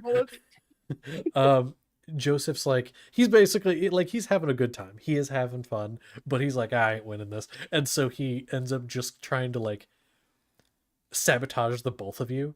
He puts down skips on both of you, reverses just to fuck you over. He's just like, ah, but it ends up coming down to it. And the rat, you wait for an opening. You held your +4 till the right moment. Boom, you slap it down. And you win. And Yeah! 3 out of 5. Scale. Fuck you! I'm very proud. I enjoyed. That was fun. Oh yeah, oh yeah. Who the man? Who the man? I'm You're the man. Yeah, Joseph's you're like, the you the man. man. Yeah. Oh, that was fun. That was fun. Then Joseph's gonna get up. He's gonna kind of stand up, stretch a little bit. All right, I should probably get back on the wheel. It's been on autopilot for a while. I got to make sure we're not running into any trees. He goes up. He goes, that was only a couple trees. And he kind of like turns the wheel a little bit. The suspension on this thing's great. You didn't even notice. He's gonna kind of like look up and out the window though for a second. And by the way, this is all happening simultaneously, roughly to all of your conversations and stuff that all of you were having. Because at this point, you've all kind of done a little something, talked to each other, done a little something. So this is all happening between you guys. He's gonna kind of like glance up the top of the thing. So he's kind of like looking into the sky and he's like, huh. What? I don't know what that is. Wick's gonna go walk over. What do you mean? What is? Do you look up where he's looking? I look up. He kind of points up and he's like, I don't know what that is. And you look where he's pointing and trace his line of sight, and there's something flying in the sky above the vehicle. Like, What in the goddamn fuck? It's really high. And at first you're like, oh, it's a bird. Because at the distance it is and the size and everything, you're like, oh, it's a bird. But it's a bit further away than it initially looks. And you're like, make me a perception check, Wick. A perception check? I can know what this is. Let me quickly do that. My dog just came into my room. She's a part of okay. the session today. She says hi. Oh, hello. Hi, Chloe. I too am looking with my eyes. You are looking with your eyes. Then go ahead and make me a perception check as well. 4. Oh, that's not a good one. Let me just add my quickly perception check to that. Blind. Oh, Where's the perception? Where is it? There it is. what did I that? know math. I swear to God, I know math. I'm pulling up my calculator. I can't do this. It's okay. It's okay. Calculator, what is 2 plus 3? We're very close. It's what's 2 plus 4. Oh, That's 6. Yeah, I finger forgot. count. Finger count. I get so ashamed when I finger count. No, it's okay. 1, 2, Listen. 15. Don't be ashamed. Connor can't do math either. I So always finger count. yeah. Real? So we have 6 for Wick, and what did the rat get? 10. 10. Ooh. It's something kinda flying. blind. It's something flying above you. It's the windshield of this thing's a little dirty. It's not No super crime. clean. The glass is a little like it's a little fogged. Whether that's because the glass is just like really bad quality or what, you can't really tell. But it's kind of hard to see through. So you can't quite make it out. It just looks like a bird at first, and then you know it's not a bird, but you just can't figure out what it is. Oh, okay, Meldet's got to step away for a sec. All right, cool, that's fine. But you can't really tell what it is, and Joseph can't either, so he's just like, I'm just gonna keep an eye on that. would be a good idea.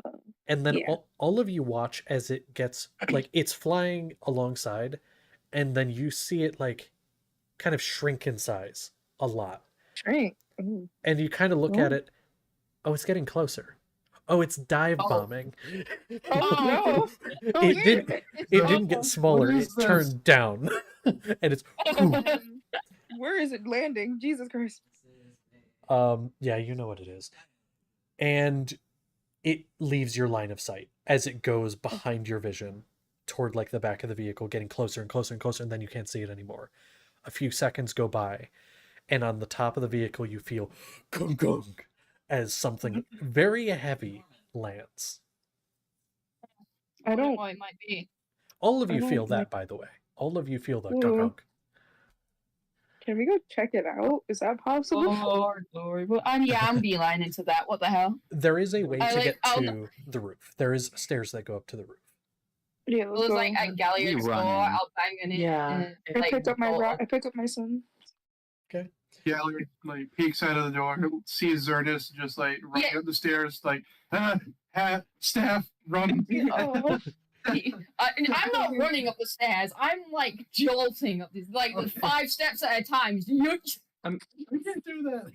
I gotta hold my rat like I a was king. getting yeah. ready for bed, so like Unreasonable I'm speed. running and like putting on my shirt at the same time.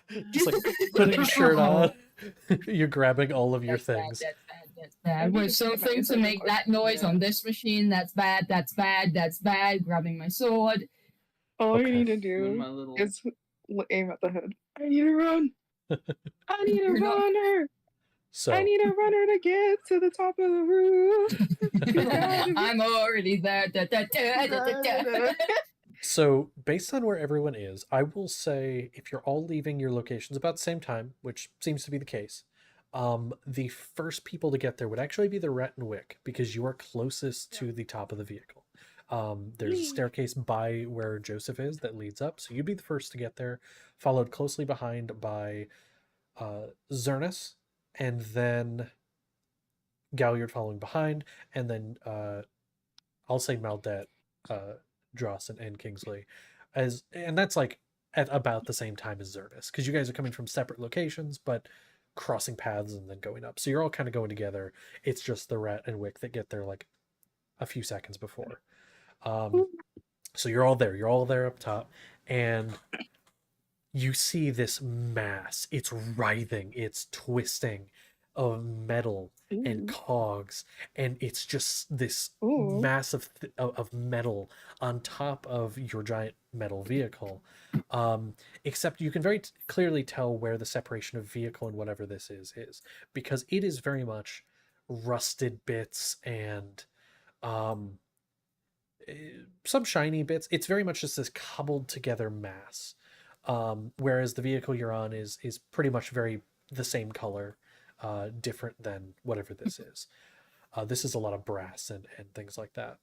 And you see this puff of fire from the other end that's facing away from you as the fire into the air.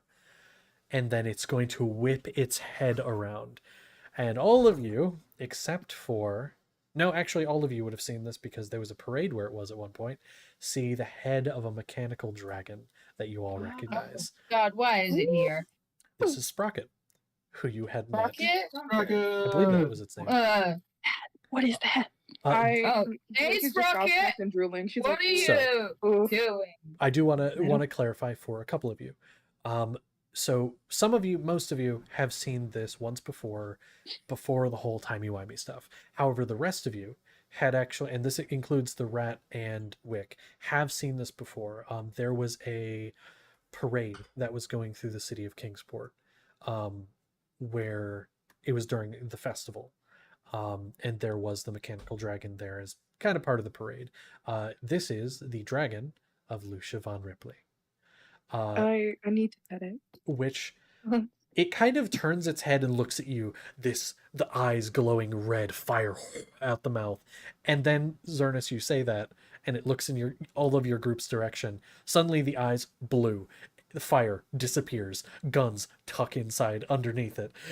Because there were guns sticking at it. I And it want looks to at go you. up and hug Sprocket. You can. You I run want up to go and up hug and hug it. Sprocket. You go run up and Yeah. hug it, and it's massive. I Like it's big. want to So study you it. kind of like get its head, and it starts to like pant like a dog. Its metal tongue. Hi, Sprocket, just messing with gear, scratching flesh, all that. Hi, buddy. Why are you We were doing the that? weird thing he was trying to track. And Let me then, hug him. Oh, so you, those of you please. that want to run up and hug it, Wick, you run up and hug it. Lucia then pops his head out from like underneath a plate within its torso, kind of pops that out. Oh, it was you. hello. Apparently so. You, my God, you this is so dive cute. from random vehicles to get to know them? I did not You think made it it out was of Kingsport. random. I of course Obviously, I did. it's Lucia. I don't give a shit. This is the best day of my life. You saw him before. But I love mechanical devices. Well, is he mechanic? And like, I'll squish a fleshy bit. There is no fleshy bits on this. It is all metal.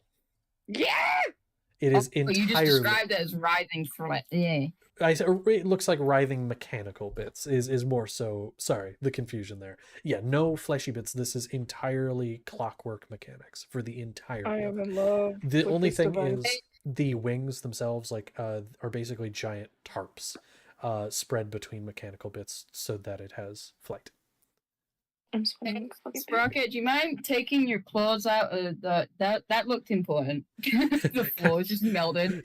Yeah, it's like in the floor and just kind of like lifts it and just kind of like shakes the leg off, and there's like pieces of metal that Oh, Metal sure, flame. that's fine. The steam just starts.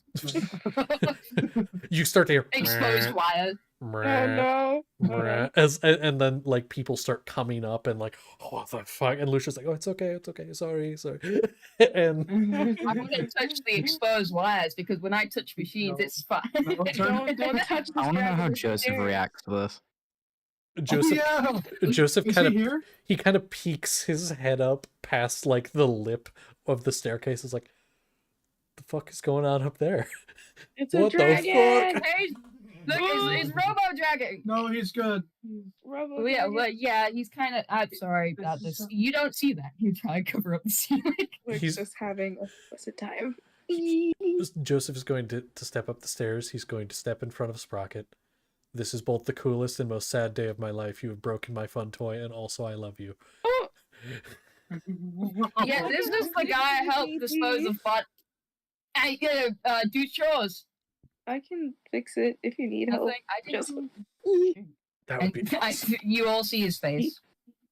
Oh yeah, Face lost. face is a bit fucked up. Yeah. God damn, melted like a chocolate. Ooh, whoa.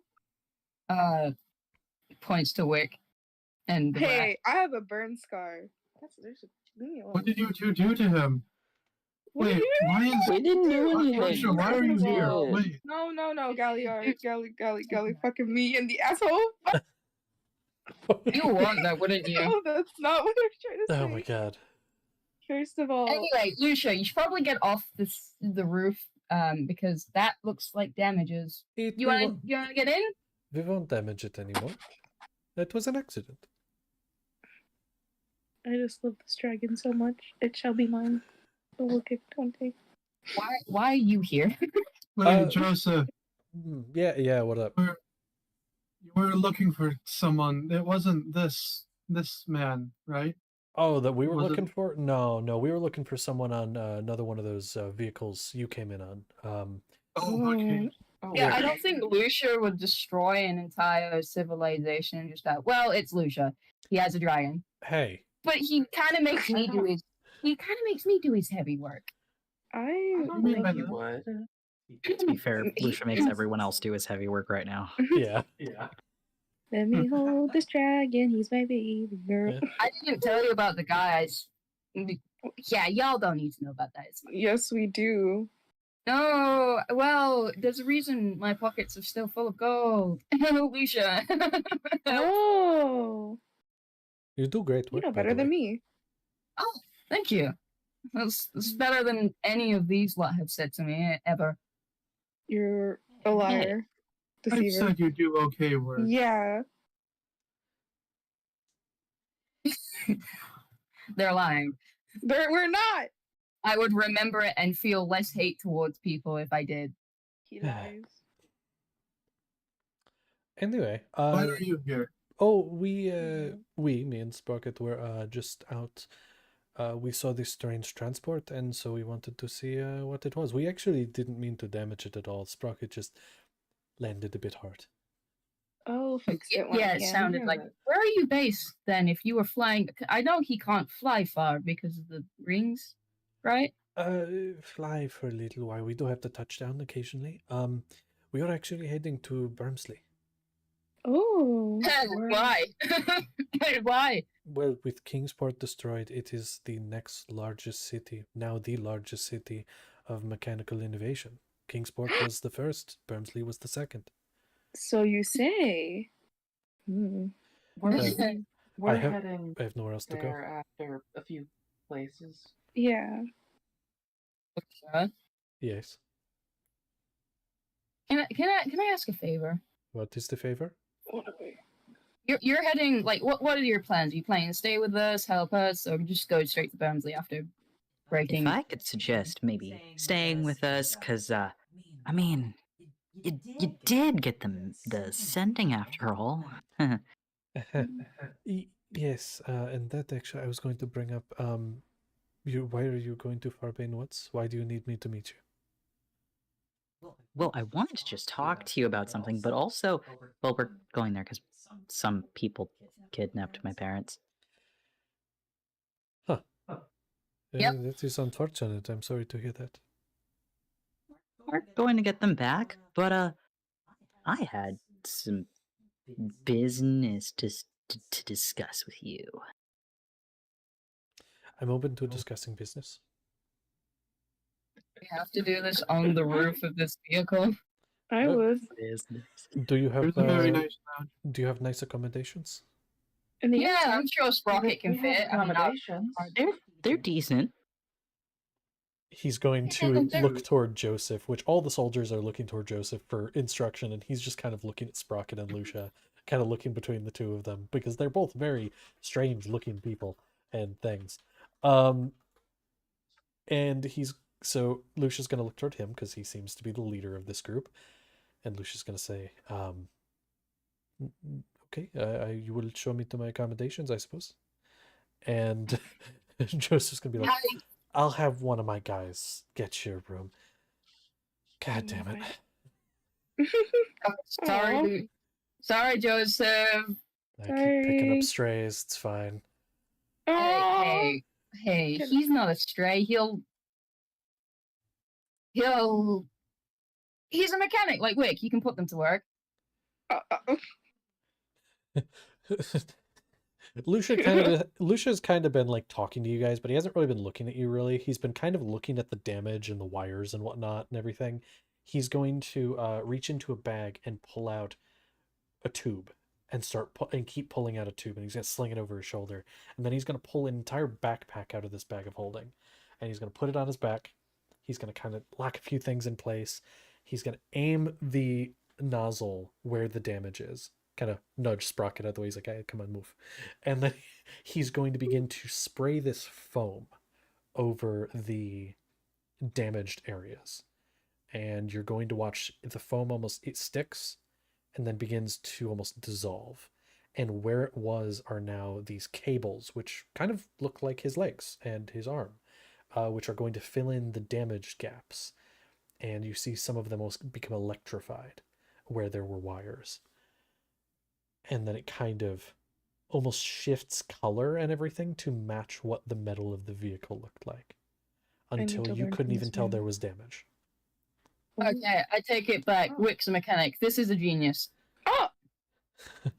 I am a fucking genius. Yeah, you are, Lucia. Yeah, I'd love to learn from you someday. I'm going to kick Xernis in the face later, but it's fine. Please don't. I have to keep my nose. And then I'll kick you somewhere else. To be frank. My nuts are open, just not the I'm not gonna kick you in the nuts, goddamn. Why is it always I'd rather the nuts. I'd rather the nuts. So you, my face, my beautiful face. Do you want me to like give a smooch to your face or something? No, I would like Lucia to tell me where Rocket Man is. Victor. I'm gonna keep going. I'll do this guy. You want to know where Victor is? Victor is I believe he went ahead toward Bermsley with Samira. They both went toward Bermsley. Left a little earlier, took a skyship. I'm glad they're safe. Yeah, they're okay. Most of my people are safe. Only a few stayed behind. We thought we had more time. Sorry about that. No, you all gave us quite a bit of warning. Thank you. Yeah. If it wasn't for you, we probably would not have left. True. And if it wasn't for us, it probably would have happened. But I I'm I sorry, mean, what at was least that? you're safe. anyway, Yes, of course. That is good news. Yes. He's going to put the backpack away, get out a cane, and is going to say, "Now, sir," looking toward Joseph, "show me into my room, please." And Sprocket is going to curl up like a giant cat on the roof. I want to fly Sprocket. Sprocket needs to rest. He physically does not need to rest, but the flight Shut up, capabilities need to Sprocket's different. recharge. I'm gonna fluff on his head and then like hug him and then Just fold apart. I no. thought that holds his Look, horns. I know Sprocket's like a mechanical thing, but I'm pretty sure Lucius is probably more advanced than my father, so his thing's probably less better against my touch of destruction. Maybe. Sprocket just folds apart. I mean, to be fair, Lucia did tell you that he found Sprocket. He didn't make him. He found him damaged and repaired him. You hurt So- this goddamn dragon. I don't want to break Sprocket. That's the one thing I don't want to break.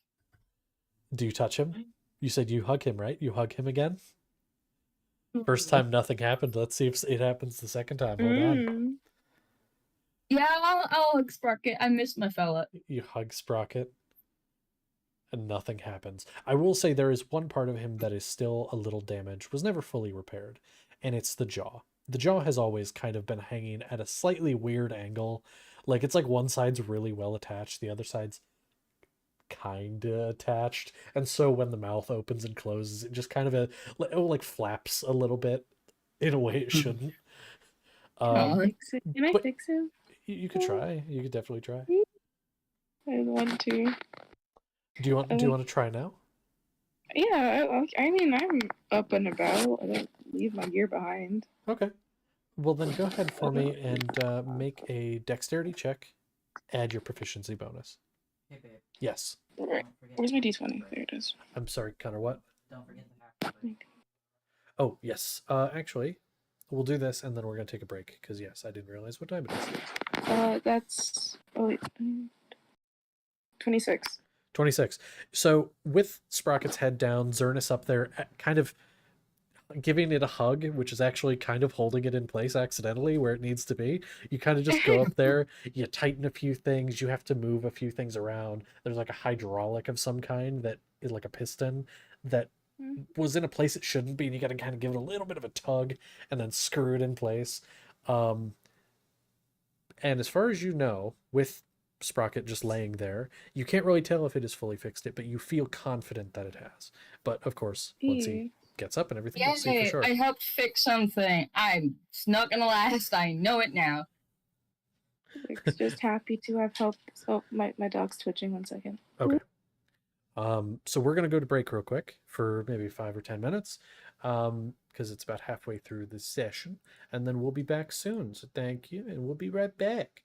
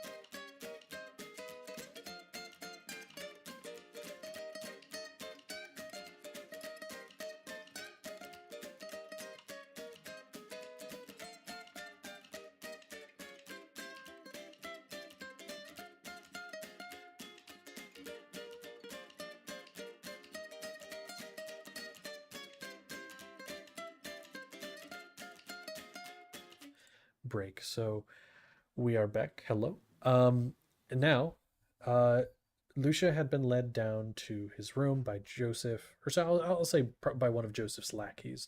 Joseph kind of staying up top. Wick, you had fixed the jaw on Sprocket. That would have taken a little bit of time, Yeah. but not too long, maybe an hour or so. Zernus, you had laid down up. Were you trying to go to sleep up there, Zernus? No, I just like hugged him, and I wanted to drag Galliard away and talk to him. Okay, 'Cause that that's is my doable. man. Be my guest. You come on, go Oh, away. yes. Oh, your face. We where? I need my helmet. Oh God, that did not come out as planned. I need. Don't worry about my face. I'll explain later. Just We're all dying. Woo! What the fuck? There's something going on here in Texas because like everybody I know has like some sort of cough thing happening, and it's just like a dry cough. Please don't die. Oh. Yeah, please don't. 20. I think they're just trying to get rid of all the Texans, if I'm being honest. What the fuck? Please take care of yourself, man. Yeah. Do you have any tea with? I've just been drinking water. That's what's been helping, but I kind of ran out, and I'm too lazy to go get some right now. If your throat is dry, just drink moisturize. Don't do that. That's a bad idea. Anyone who's listening right now, don't do that. Do Don't not do follow that. me. I have this hair oil right next to me. That'll work. Yeah, That'll no, do it. no, I didn't know. No. If I die, let it be on the record that this was allowed and it's not. pushed on No, Dad. by. No, Dad, no. I No. will. No, Holy no, hell! no, Wait, no. deja vu. Hell yeah. No. Deja vu's happening. Sir. Right now, we'll speak.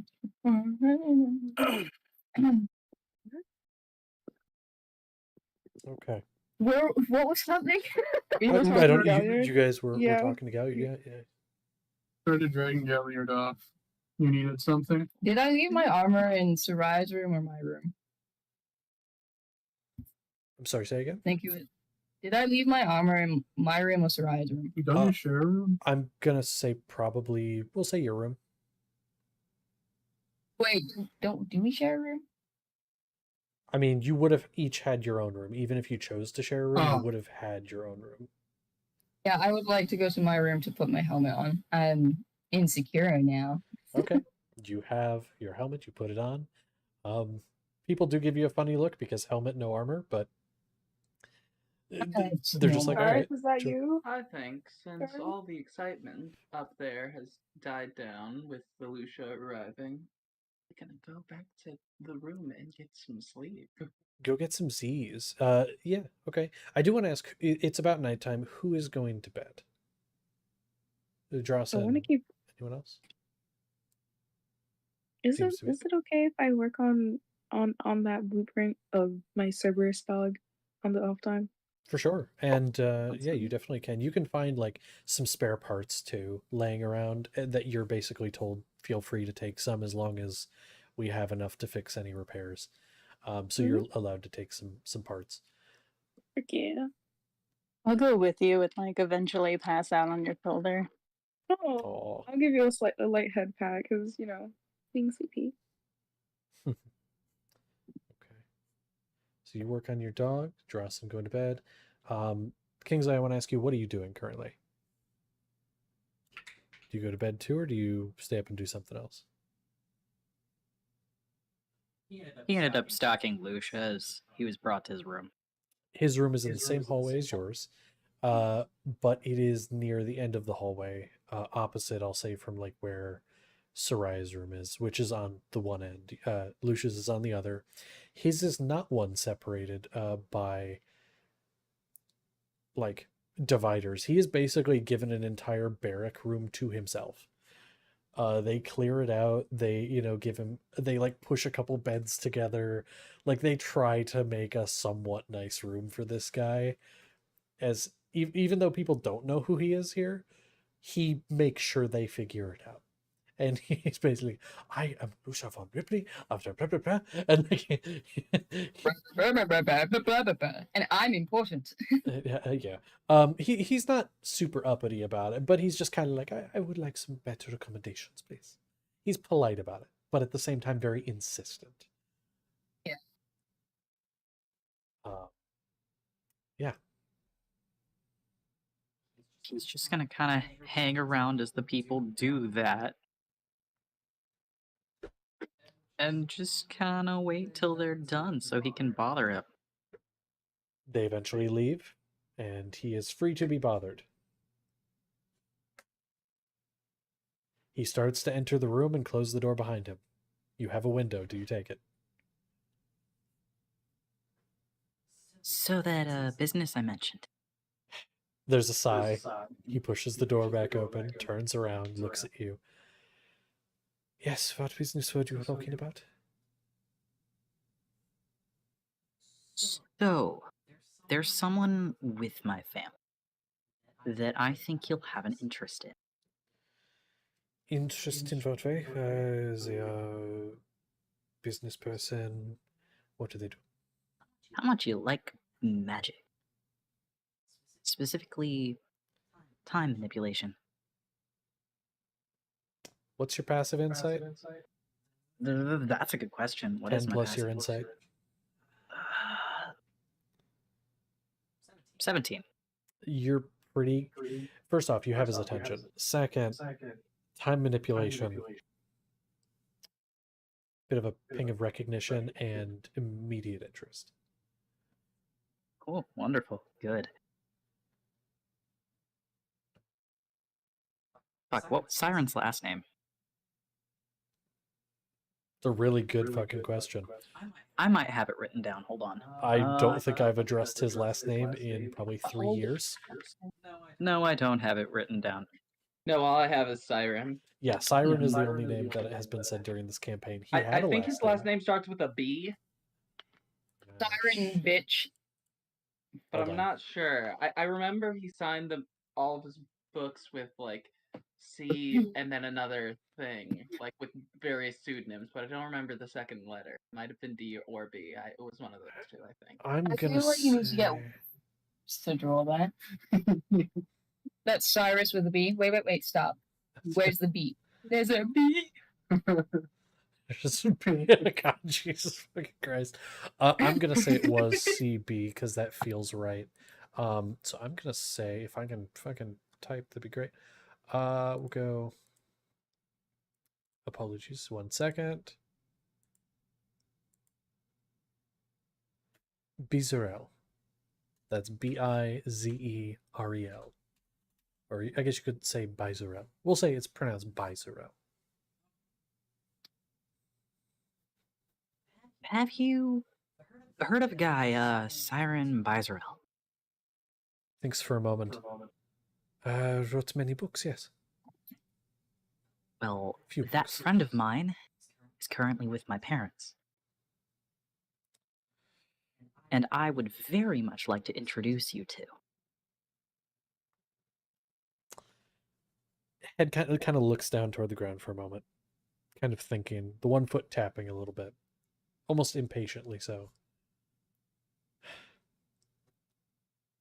And why do you think I would be interested in this person? From what I've heard, the books, the research were a little lackluster and lacking any actual proven application. For multiple reasons, I can tell you it works.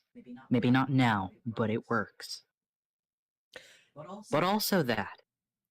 And you seem to be the kind of person who likes a challenge, right? When you, by the way, when you mentioned the whole "not yet," squints at you very hard.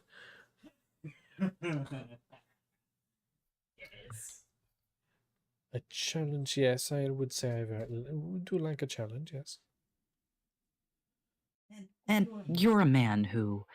He kind of looks him over for a second, understands the body, knows how to heal and help ailments. Get to the point. There's some sort of sickness, but it has to do with his soul. At least we think it does. He looks down at himself. That is preposterous. The soul does not do those things. That is not how it works. I'll look at your friend. Whether I'm interested or not, we'll see, but I will look at your friend. He is with your parents, you say? Yep. Which we have to still go get back. Okay. Well, we will find your parents and take it from there. What is your plan? How do you plan to... Who is your parents with? Who took them? Fill me in. Apparently, I'm staying with you for a while. That... He's gonna kind of walk up, almost go to pat him, stops himself. He takes a step back. Yeah, he like stops himself. He's like... He forgets how nobles work because he does not act like one. Yeah.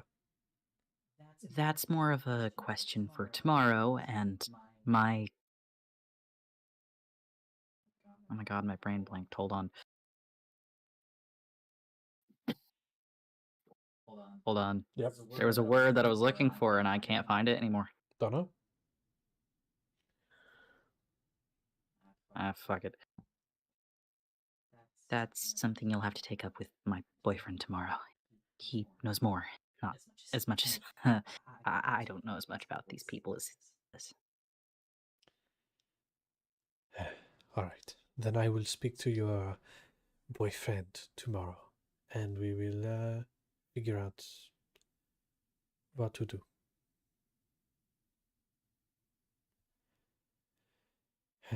So, are all of these people here to help you as well? He kind of motions around the walls and insinuating the people on this vehicle. Are they here to help you in this as well? I think they might be, yeah. Although they weren't part of the plan originally. We just kind of came across them. They, at least one of them was an old friend of ours, and we met back up with him. Perfect. I will set up the war table and we will discuss in the morning. And he's going to then step in the room and close the door, leaving you standing there in the hallway. So, where do you go? I knew nobles were rude, but damn. And he's gonna go back to his Androson's room. Okay. So you go in there. And at this point, Drawson would be sleeping. Having a more uneventful dream. I would say probably having it's not really a pleasant dream or a not pleasant dream. It's just one of those really weird ones where you're being chased by like killer clowns or something, but then they explode into bubbles and it's kind of weird. And then you're in a street walking around with a drink in your hand. You don't know where you are and none of the words make any sense. It's one of those dreams where it feels like 5 dreams stitched into one and you don't really know where one ends or one begins. Yeah. So that's kind of the dream you're having. Galliard and Zernus, what are you currently doing? I have my helmet on. I'm comfortable. I don't feel sick. Galliard, and thank you for your distraction. Earlier today. It was helpful. Well, I wasn't quite sure what I was distracting from, or if I should still be distracting. But No. You don't need to worry about that anymore. It's okay, irrelevant. as long as it wasn't about the dagger.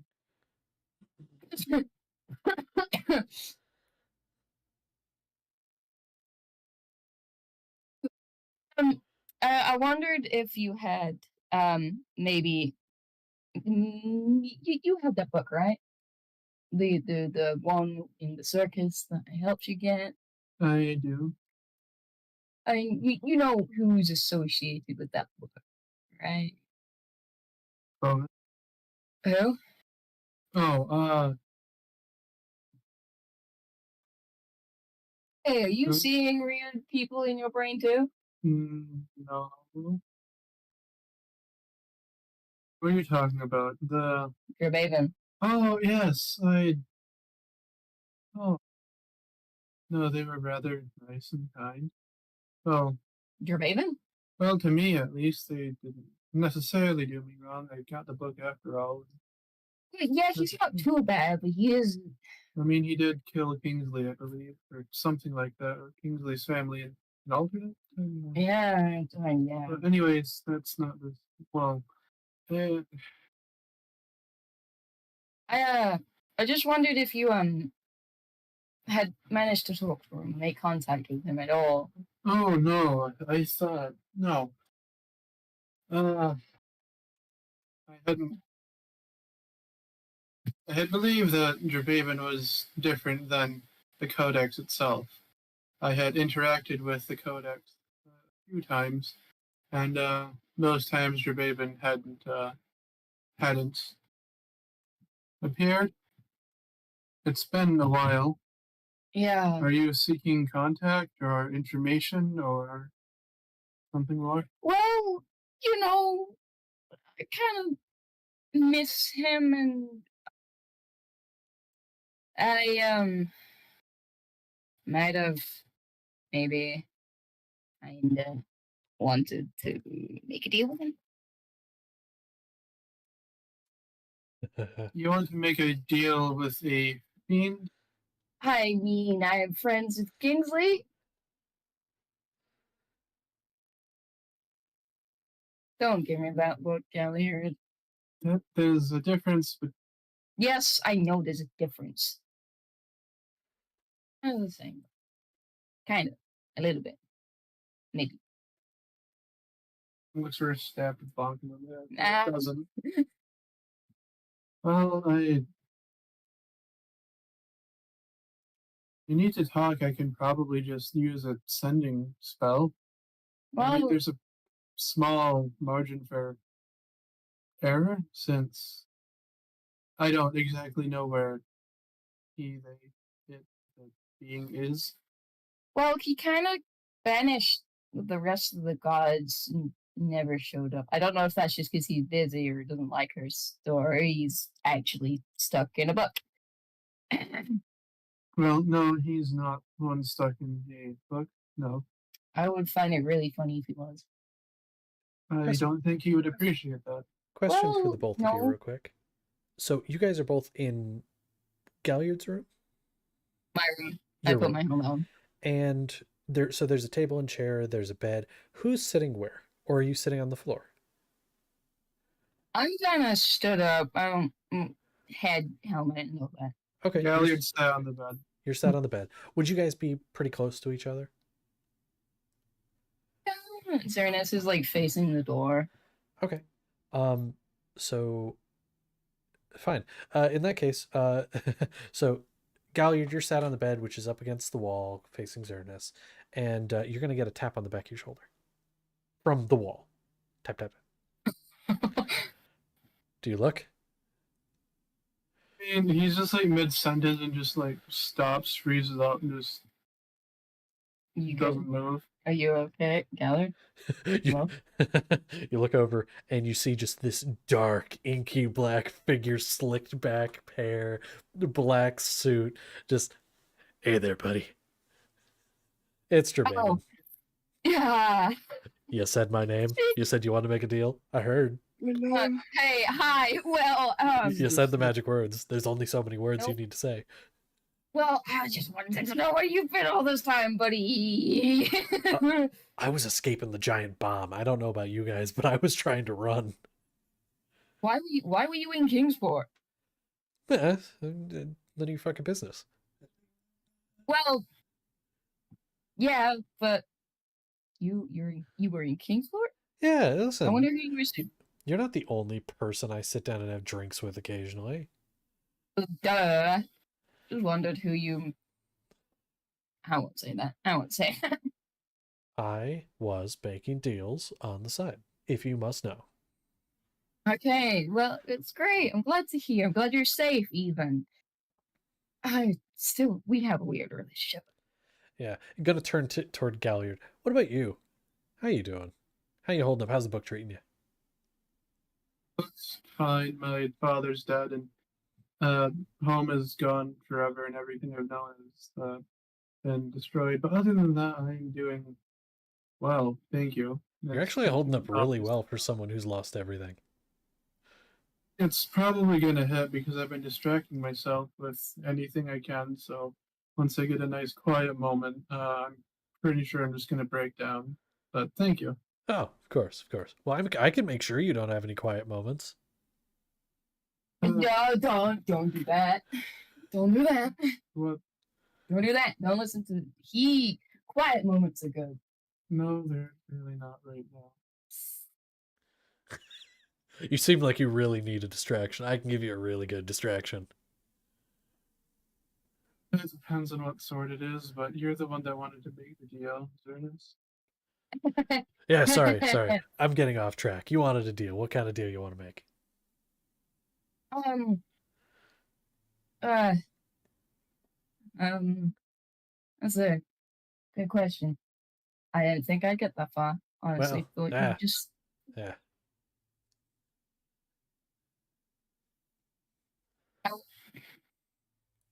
I guess I want to be stronger.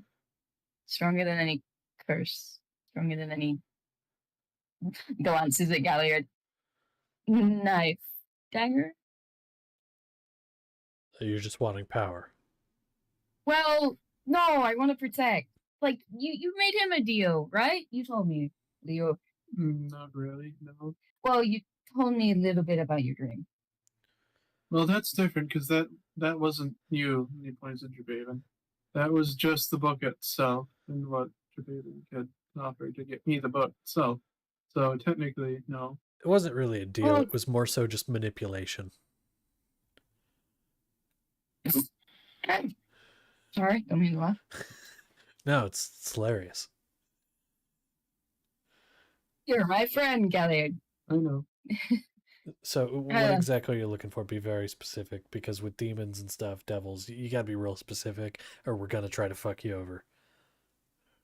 Do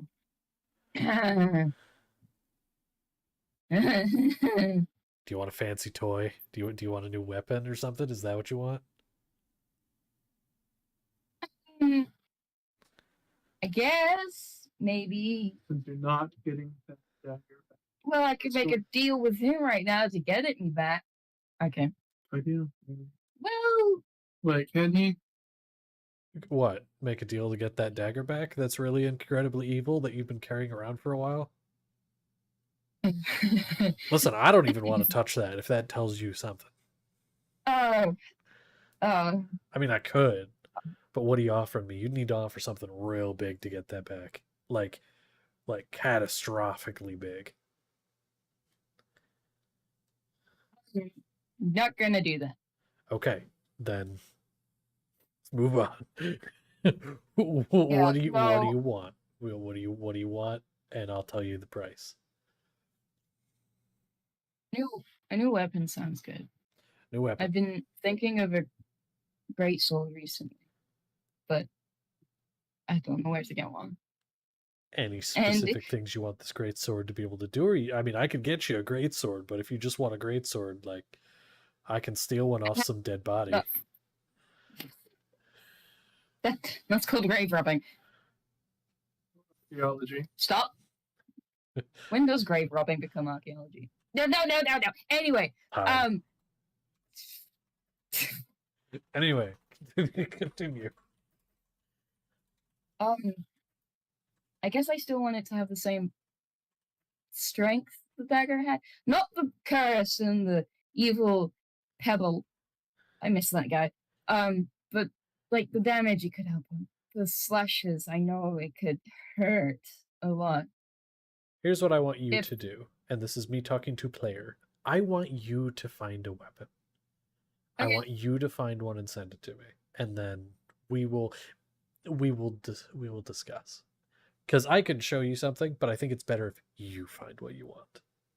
Mm-hmm. So He's going to look at you. You want something that powerful, but without the curse. Yeah. That's going to be pretty costly. Not as costly as the dagger, because that dagger's fucked. But it's going to be costly. What is it worth to you? I don't want money. You should know that by now. What are you willing to give me for a weapon of that power?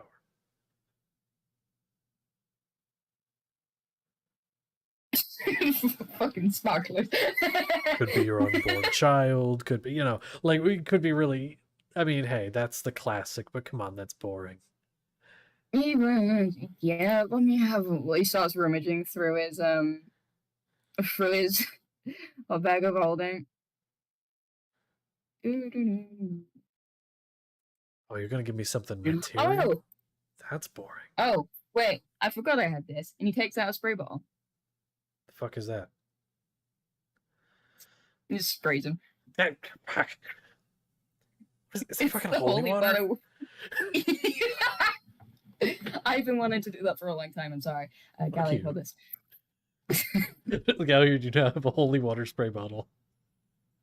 I've been wishing to do that You spray him, Galliard. Yeah. Stop that. I will kill you. No, that's just, fair because of everything. Yeah, fine. I will kill I've been one of wanting you to if you do do that. it again. That's a promise. Do it again, I dare you. I will kill one of you.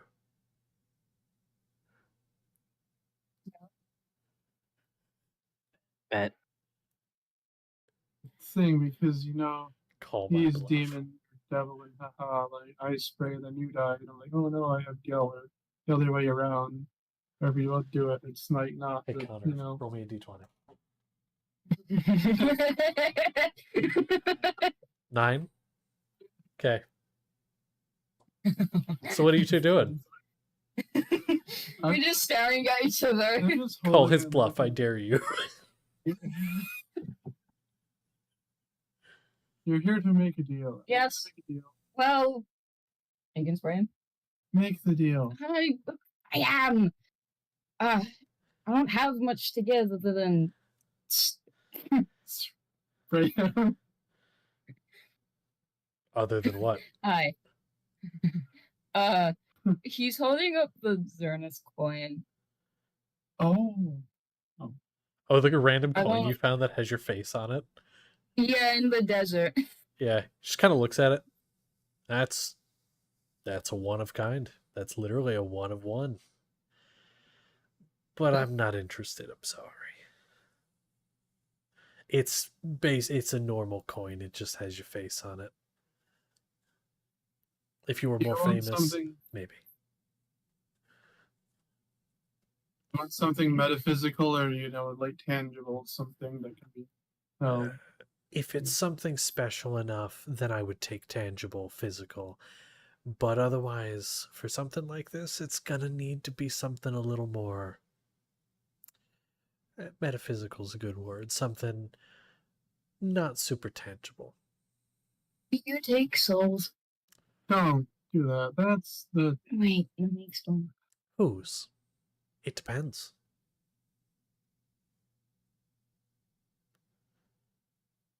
My grandfather's. Grandfathers. Are you going to offer me your grandfather's soul? Well, would that fill the price? And how about this? You have a brother, right? I don't want your brother. I don't want your brother. I want the soul of his child. He doesn't have a child yet, but when he does, I want his soul. When he dies. When his child dies.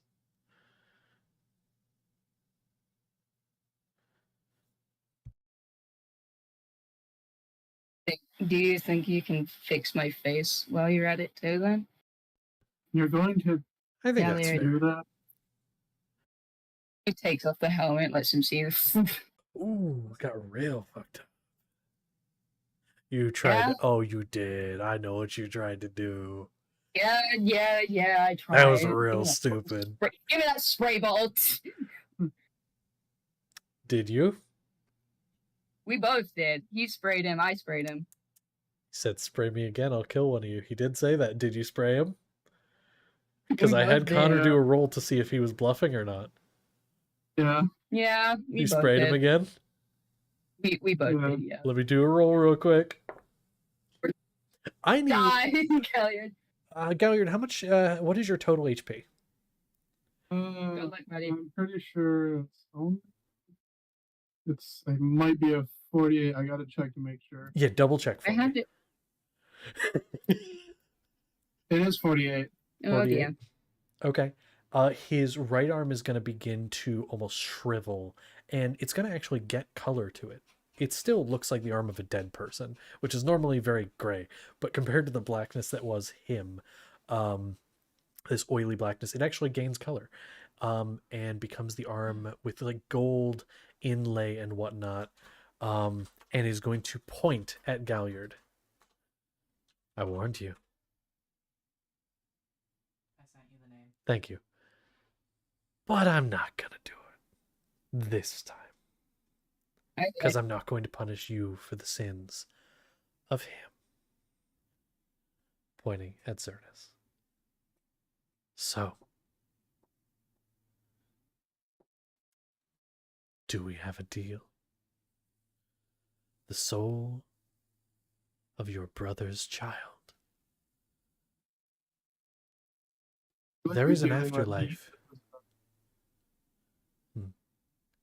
You would be robbing that child at their death of the afterlife, regardless of the life they lived.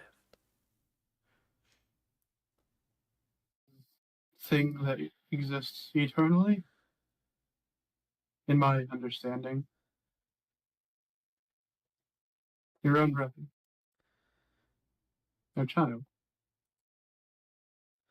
If you inform them, that'd be a joy they wouldn't be able to experience.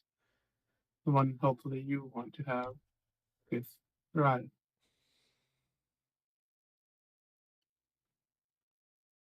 Are you really going to do that?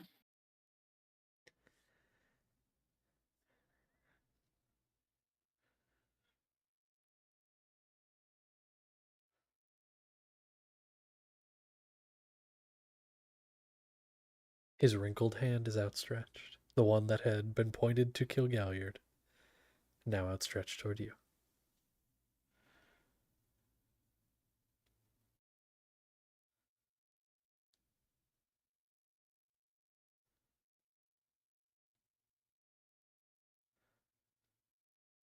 I have a question. I have a character question. Is this going to rock my oath?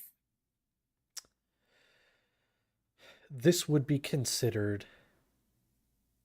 I mean, I would say it would be considered an evil act. It wouldn't... You're not technically going against any of the tenets to your oath, but it would definitely be a strike against you in the cosmos.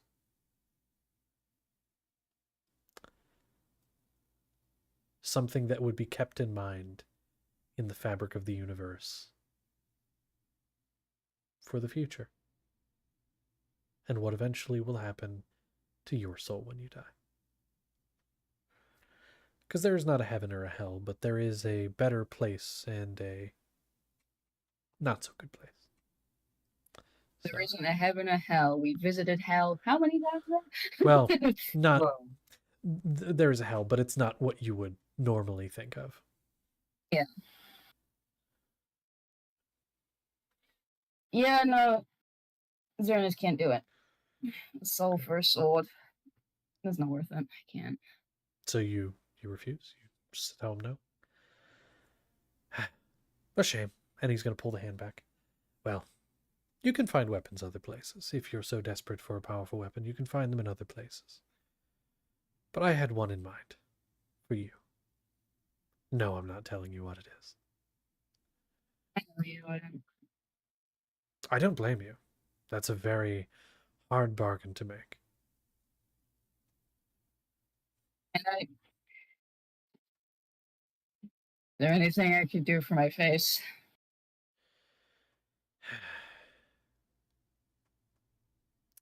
I just want to punch you really hard after I fix it. In After I fix it. Is that a deal? I get Is to this punch like you. you fix the nose, and then you hit hard enough where it's broken and like knock out teeth? So it's like you fixed it, but it's worse before, or is this like you actually fix it and then just hit him because like pent up frustration and whatever else you're dealing with by being what you are?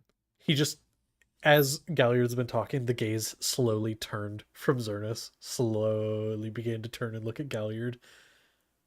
I really wish you weren't here right now. Well, you're the one who said to be like specific and stuff. I just wanna understand. No, you're 100% right. I was trying to fuck over your friend here. So that's... Zernus, this one's looking out for you. Fine. How about this? We'll be a little more specific. I will fix your face. I will punch you in the face, but I will not fuck up the areas that were fucked up. Can you just not fuck up the whole... Can you just, like, bruise me but not break anything? I will not cause any external bleeding. What about internal? I can deal with internal. That's where the blood's supposed to be. Correct. Well, no, hold on. I will stop the internal bleeding. No. That's in addition No, to you- everything else I've said. So I will not cause external or internal bleeding. I will stop internal bleeding. I will not cause external bleeding. I will fix what was there, and I will not cause any permanent physical cosmetic damage. Alterations. Cosmetic damage. You will not cause any physical alterations that are permanent. You know what? Let's wipe everything else I've said. Everything wiped. I will not cause any permanent physical alterations. My line's fucked already. He holds out his hand. He's going to shake your hand, and all right, so I get to punch you, right? Yeah. He's gonna sock you across the face. We're not gonna worry about damage or anything here. He like full on spins, just Nothing on your face changes. boy. It stays exactly as it was, and here's why. Like you said, don't cause any physical alterations. I didn't. I got a free punch on your face, and I didn't fix anything because you told me not to make any physical alterations. Wait. There we go. There it is. See? Free punch. Didn't have to do anything. Could we just do that already? I love talking people in circles. All right, that's unfair of me. That's unfair. And he's gonna like wipe his hand across your face, and your face is going to, through excruciating pain, mind you, you feel everything in your face knitting back together. It feels like a million tiny needles stabbing into your face, scraping the bone. You feel it scraping the bone as it knits your face together, and then you hear a crack as your nose snaps back into place where it should be. Oh. How do you feel? Like, I'm touching where his tooth is. It's back. Yeah, there you go. How did you... okay. We'll call that one do- for free because I was, I tricked you.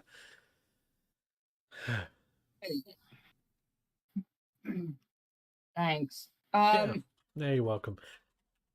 You want to bully someone else? Not really. Jaren, there is a changeling on board. There's a changeling on board. Ooh.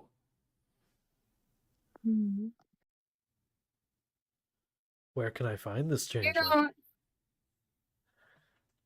Wick, where's your room? Good question. DM, where is my room? So it is on the opposite side of the hall, 2 doors down from where they currently would be. Yeah. Opposite side on the hall, 2 doors down. Hmm. I feel like they deserve just a little bit of it. Isn't that Rick's room? You catch on? Galleon's like after a second of thinking, like, I know who's What is Wick doing? What is Wick doing with the changeling? Oh no, that's beautiful. That's beautiful. You know what? Why don't we find out? And we wrap his arm around Galliard and around like Raven if he can. Just like, come on, let's go. You like go to put your arm on him and it just passes through. Don't touch me. I thought that would be like Mary, like the Wizard of Oz type of lion, Tin Man, and I would have been so happy right there. You're skipping down the hole to your demise. Yeah. So you all, the 3 of you, head down to Wick's room? Yeah, I'll knock on the door. Okay, you knock on the door, Wick. I'm guessing you would have been working on Cerberus in your room. Yeah, Okay. so she would probably be covered in like some like gunk and stuff as she walks over to the door and opens it. Like, hi, why, hi, I don't like this. Hi. Hey, Yeah, how's it you going? and I, and all of us Hey. need to have a talk. Grip her by the shoulder and push her in. Jermaine That's is just not going to ominous. float into the room. He's just going to float into the room. Hey. So you Come here. remember how you showed me a certain skill of yours, and he's like circling around you, just like resting on your shoulder, leaning down. What skill? Where's the changeling? That one. Oh. Yeah. And you thought no one would believe me. You lost an hour ago. Mm-hmm. No, They'd love to see. I'd love to see. Oh. Jermaine just slowly turns his head toward Galliard. Yeah, it took you a second, huh? Rob, yes, good job. Yes. Wait. Maybe just have to show the rest of the group later. Well, you can show the rest of these folks here, right now. Fine. Give me a minute to think. Just turn it to him and he'll point to Galliard. Okay. Am I allowed to do that? So, yeah? I mean, you can do whatever you want. I'm never going to say you can't. I will say you're going to hear in your head the voice of Jerbaben. Only Wick, you hear this. You know, you could totally just not do it to make Xernis look crazy. It'd be really funny. she just thinks to herself like mentally she's like, damn, you're so fucking right. I mean, you could do it. You could do whatever you want, but like, it would be really funny to just make Xernis look crazy. Okay, for jokes, she's gonna be like, kind of. You can see her face kind of strain as she's like faking to change. You know, she's like, I think it's happening. I think it's happening. I think I see a little bit of the hair maybe. No, yeah, no. Hey, Xernis, are you sure? Wait, how tall are you? I'm 5'6". And Xernis is 6'2". He's gonna grip you by like your shirt and just hold you up off the ground. Whoa. Hey, turtleneck, what are you buddy. doing? Turtleneck. What are you doing? I think I've had enough of everyone thinking I'm this stupid. You have one chance before I throw you off this goddamn vessel. Xernis. You know I could kill you, right? It's fine, Jervaven. It's fine. I'm playing party games. Can you put me down at least? Drops. Just Fucking catches herself. Ugh. Fine. I get to spice up description, which isn't fun. Always a good time. Mm-hmm.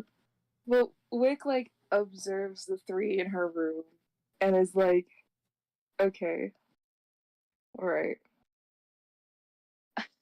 She rubs her gloved hands together as you start. Kingsley, I'm so sorry. But You start to kind of see her body twist in a manner that feels unnatural. You can see the skin twist and bend and like rip apart and like tear itself together, trying to like almost in a, like it's a stitching manner, like patchwork.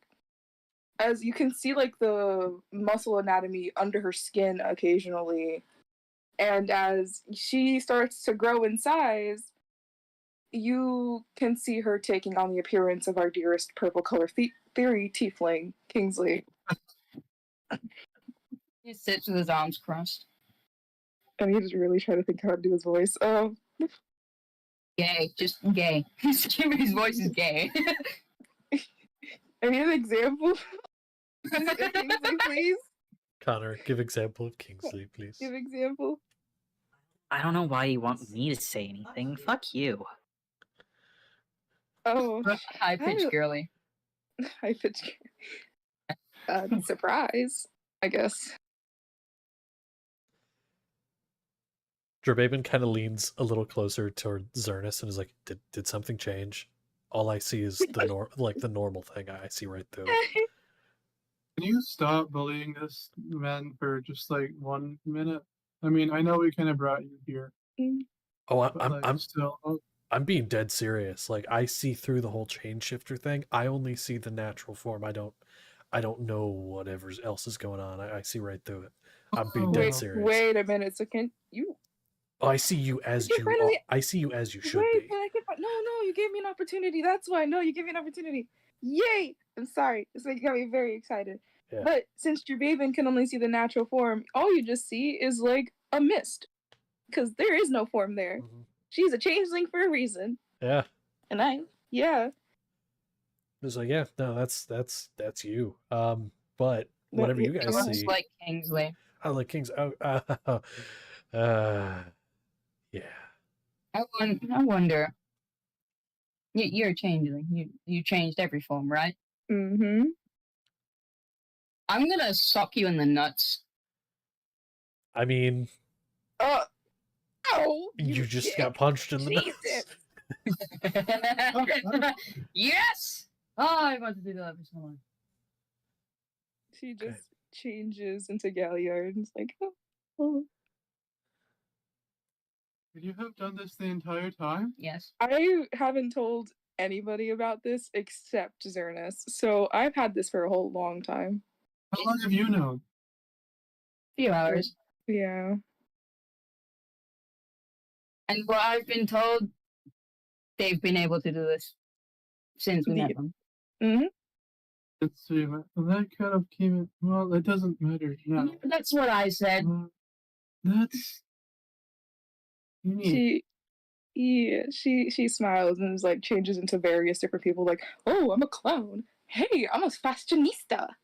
Type. It's fun to do these things sometimes. But I should totally turn into Varys Malayan, and he cracks his knuckles. Have I seen this guy to even like actually do that? Yes, we have. You have once, actually. Yeah, you saw. He right before you went on the Christmas adventure. He was in the room with you. That would be a major problem. I'm not changing into that man. I always thought you admired and loved him. I never said admired. I'd say make a deal with him, but not, Hey, I was supposed to help you with your deal. So.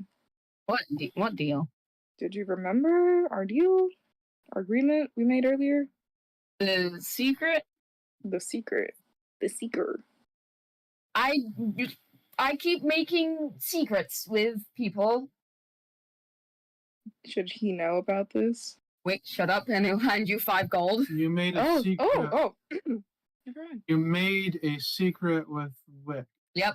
Of all people, crazy. Made a secret with Wick. Have fun. You made a secret. Yes. Yep. What are you getting at? Galad, no, I didn't sleep with her. I'm Hey, Galliard, she's gonna come closer to you as you, and it's like, really? Really? Me? I mean, the two of you are always at like each other's throats and such. What?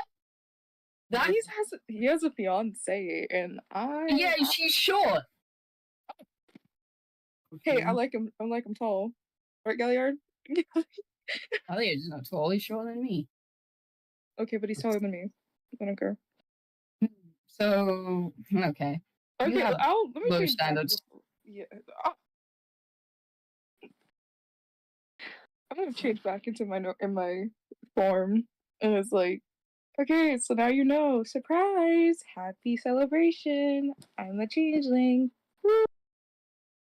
Okay, we came here for a reason between you, Zernus, and you, Drababen. What exactly was that? Well, you fixed my face, so I just thought I'd. Oh, he already knew about that. Oh, I Yeah. don't know. He's welcome to leave whenever he wants. I might stick around. Yeah, What's there's this Drababen's one uniform? human called Joseph who would love to meet you. No, No, Jababen, I'll leave him be alone. back. No, And he's going to float through the door and then just leave. Zernis, if this ship blows up, I'm blaming you and in the What? afterlife. Right? Joseph loves dragons and like you and what was his name? Gandhi Treef? Gandhi tree. Gandhi Treef? Yeah, I'm pretty sure that was his name, right? I'm imagining 5 seconds later there's the most unmanly scream possible. Well, hold on. Yeah. This is what you hear from like way on the other side. Okay, you hear.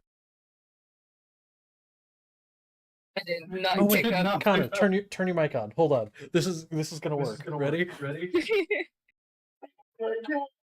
You just hear this Oh my really God. muffled, kind of really quiet scream from like the other side of the place. Oh god. See, look, I show he's getting a lot. He likes dragons and fantasy, and I just want to show him all the things that this world has. We should probably go save him. Yeah. I will go save him.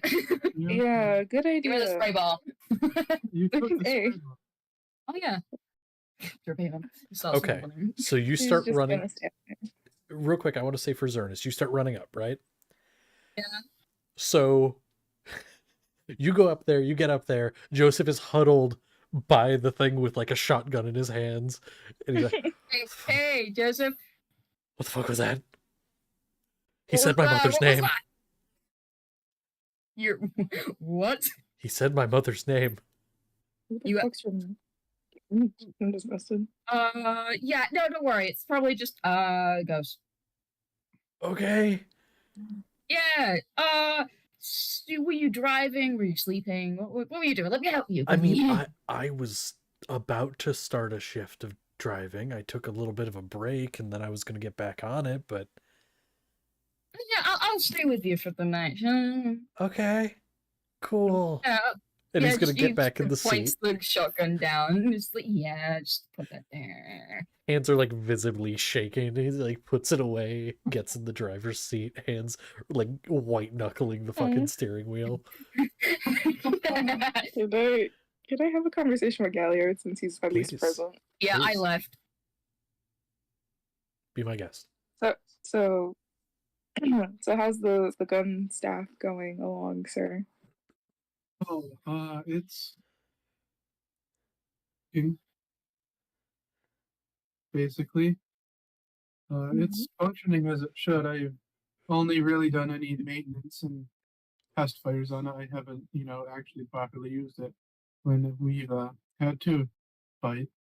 But overall, it's good quality craftsmanship. So, thank you. Yeah, that's good to hear, and it's no problem. Just as long as you don't destroy it and beat up my babies, I guess. Oh yeah, no. I mean, I just wish it came in handy a lot more, but it's good. So, yeah. Wick doesn't know how to communicate with men. Yeah, your best bet is with Maldak, who likes guns, and Zernas, who hates you. Oh, and then Kingsley, who just strips down in front of you. This is the most normal man you kind of met. Yeah, like stammering a bit. She like shit. Okay, but s'mores. Hi, s'mores. We forgot to feed her, so she's S'mores. very upset. Connor's going to feed her right Oh. now. Oh god, she heard the food thing. But like, I'm glad to hear that, Mister Why am I saying Mister? This killed me inside. Okay, great, fantastic. You know, finger guns. Wick does finger guns. It's no Camino. Oh, yes, that's good. Yeah, that's great. Anyway, I gotta get back to working on my little Cerberus. He's my baby. Oh, besides Tick.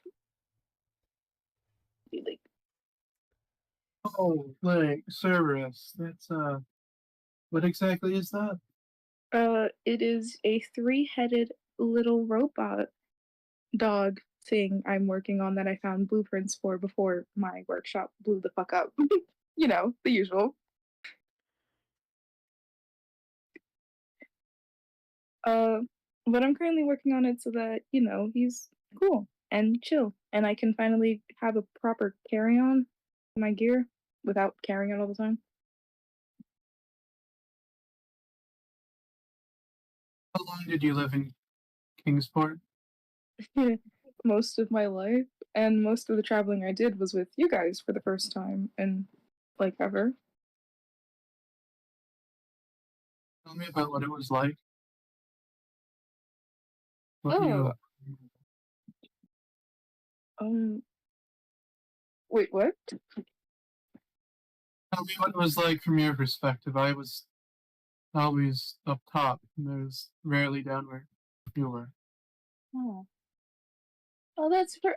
Oh, but that's right. You're like a noble guy. I tend to forget. But at least for me, it wasn't as bad as how it sounded. Besides the mechanical noise, I usually would be out and about on the lower sectors of Kingsport, which is completely fine. But there was just a lot of fighting and a lot of underground organizations. You wouldn't believe the one that I had to go through. It was insane. Like it was crazy. I had a friend there too, but I don't talk to him as much anymore.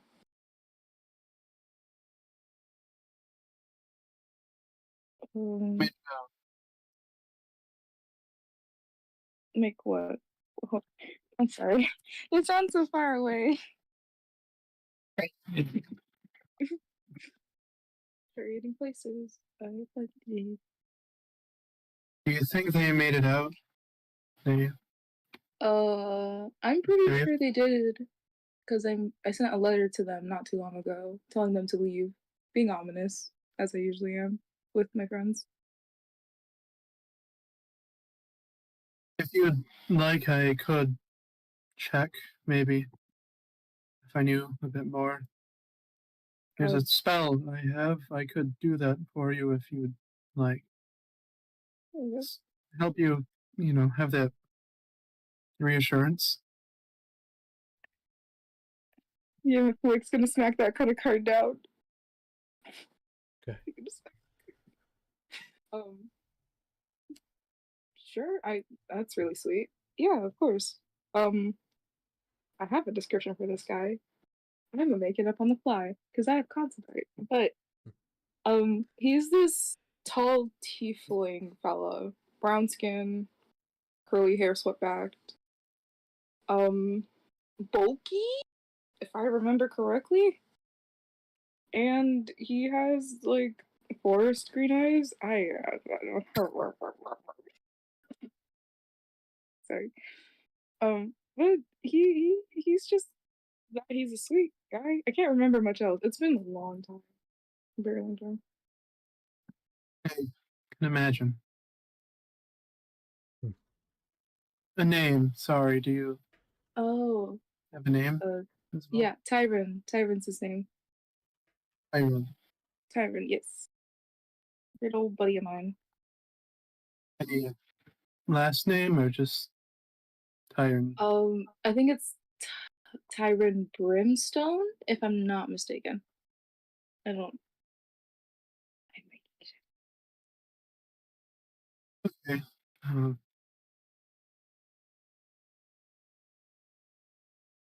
I could try Yeah, to cast sending to this Tyron Brimstone. yeah, Not go right ahead. Won't stop you. Um, I want to cry. I feel so bad. I'm sorry. Oh, do you have a message you want, or just Um, ask if they're safe? I'll ask if they're safe. I don't think they want to hear from me for a little bit longer. Maybe. Who knows?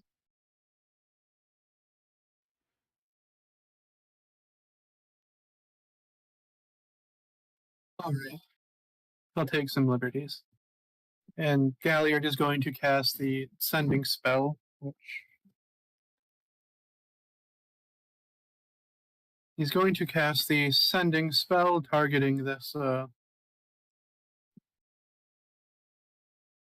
is it? Tyrus Yeah. Brimstone? Tyron Sorry. Brimstone. Yeah. No, Tyron you got it right. Just, Tyron Brimstone. Hello. I am Galliard Chalai, a friend of Wick. Oh, oh, that's a shit. I realize there's a problem. uh-huh. I forget that Wick. That isn't her real name. That is not her real name. That's an alias she uses, and ooh, that's a problem. Look, I'm going to the corner now. I mean, would you have shared that before the message was sent or no? Or, yeah, probably. Xerxes isn't in there, but I'll tell Galliard, I guess, as well, that she mentions like briefly, like, oh yeah, by the way, don't use Wick, use Lucetta. He'll know that name more than my other one. Lucetta. Yes. Nice name. Thank you.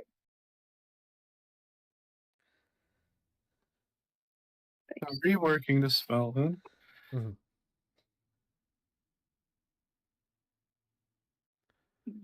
Iron Brimstone. Hello. I am Galliard Chalai, a friend of Lucetta. They have made it out of King's Port. How many words am I on? Sorry. It's okay. You're good. You are on 18. You have 7 left.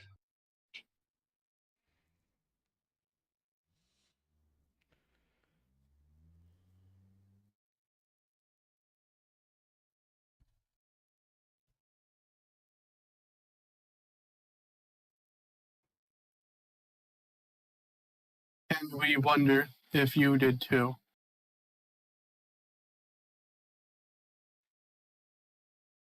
That's all 25. So I have a question for Wick actually. Do you have a Yes. specific voice in mind for this person? Uh, Or like a specific dialect? I do, and I think, at least for me, I know that he had the intention to have a deeper, softer voice. My delusions, he did self in its own thing. But I think he speaks in more formal dialect a little bit because I think he was from the higher areas of Kingsport compared to like, but they were bugs, you know. Okay, okay. And do you think it'd be more British or more up in real terms, more of a British accent or more of a Americanized sort of formal? British accent all the way. Swear to God, Val, I will watch you butcher my people's language. Oh, how do I do British? No, Yes, beautiful. okay. So, moment goes by, and one more question for Wick here. You had sent that letter to warn about the escape. I did Would you have prior signed to. it? I would have. I feel like it would make sense if I did. Okay. Because if I didn't, that just sounds very creepy. That's fair. that is true. Yeah. Moment's going to go by, and then you are going to receive a very tired response, as it is getting a bit late. You're going to receive a response, Galliard. Man, I have to think about the accent here because I don't want to offend. I want to thank you for the notice of the need to escape. I have gotten out of the city and want to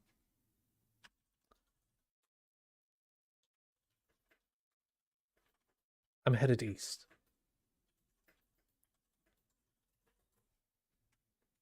The name was Lucetta, correct? Lucetta, yes. Okay. I believe that's how it's pronounced. Tell Lucetta I say hi. Okay, they go die. That's all you get.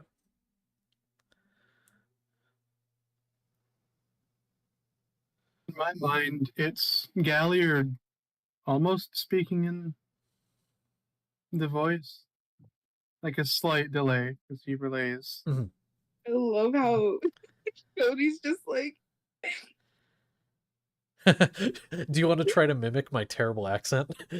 was a- No. love it. I don't even remember what I said. Please don't do it, sir. Don't do what I'm. Don't do the thing. It's terrible. Please, I, sir, like, want I know your some. home address. Please, sir, Okay. don't do it. No, sir. Please do not. Please, sir. I'm pretty sure I heard that person in Tesco the other day. Yeah.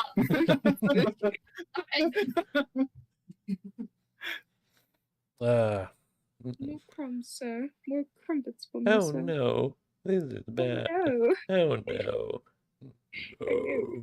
Anyway, sorry, continue. I swear to God. Pipe bombs for all of you. We love you, Cody. But that is the response you get.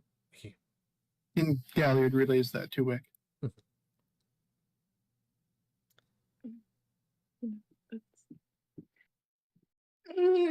Should I make this? You know, it's D&D. It's late. Mm-hmm. I can be fucking dickhead. She like smiles a bit, but like Galliard, you can see like there's some tears welling in her eyes. It's like an overwhelming feeling of relief that she's not really showing, but you can tell through her face. And she is like, "Great, excellent, fan-fucking-tastic."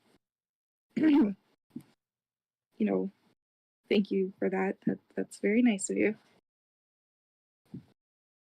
He looks down, just having this gentle smile on his face. I know. I'm glad that I could help. Hey, you two should kiss.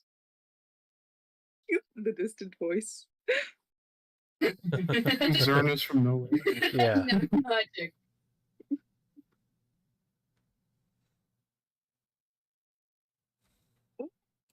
So this brought some relief. And please, treasure them. Don't.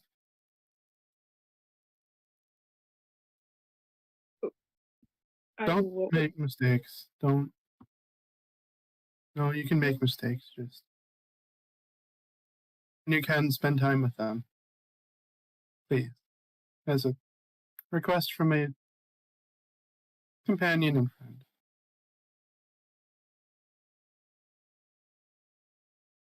I'm gonna be real with you two. I heard half of that. The rest got cut off. I apologize greatly. How much got cut off? Sorry, am I? Vaguely heard company and then like sharing it with someone.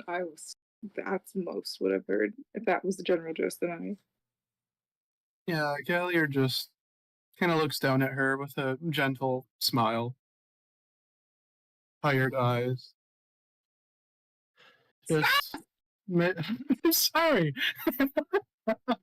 I told you she likes you. Just. He speaks to her. Make sure that you, when you get the chance to spend time with them and enjoy the time that you have, just a request from a companion and a friend. I will definitely take that into account whenever I get the chance to see my friend. thank you for helping me out either way. Galliard. Oh, why the fuck is Gallagher containing my brain cells? Kill me. Galliard, thank you. Yeah. My impulses tell me kiss the cheek. It's killing me. Do it. What do My you want to intrusive do? thoughts. It's your hey, your guys' story. What do you want to do? Okay, you know what? Viva la viva, Vegas la viva, motherfucker. I am from the Dominican Republic. Okay, so she's gonna. she's, I'm Hispanic. That's my excuse. yo, yo quiero beso la wizard. That sounds weird, but Wake's gonna step closer and is like, "Thank you, Galliard." Before I say Gallagher, the inside. And she lightly presses her lips to his cheek and turns around and walks immediately to her Cerberus half-built motherfucker as she sits down and continues to work. All right. And Galliard, you get that?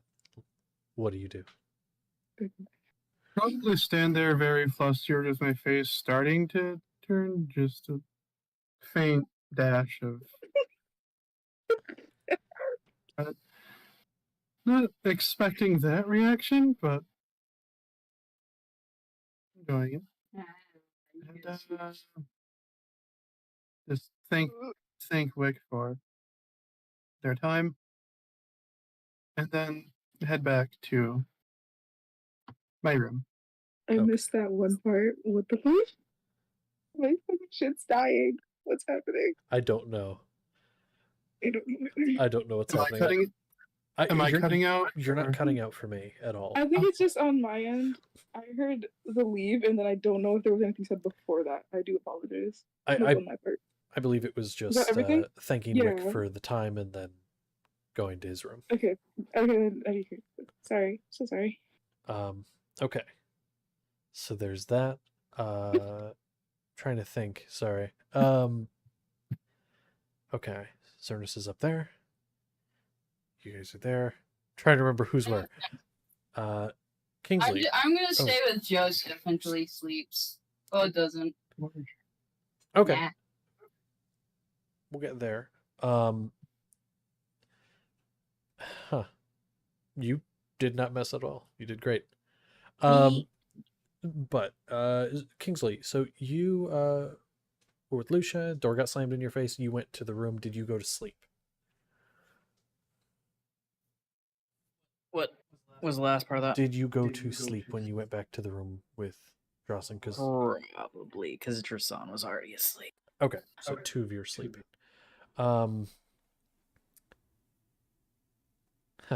So in that case, I just want to ask Maldet, what are you currently up to? It's pretty late. Most everyone's going to bed, but if there's something you want to do before you do, I want to open the floor and ask. You are muted in case you do not know. Yes, I forgot. Hey, you're good. So, is there anything you want to do before you rest for the night?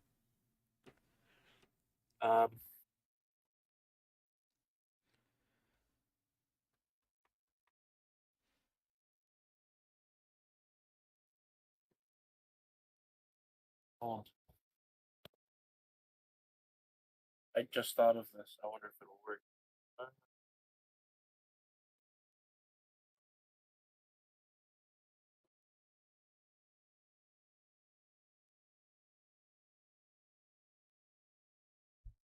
No, it wouldn't.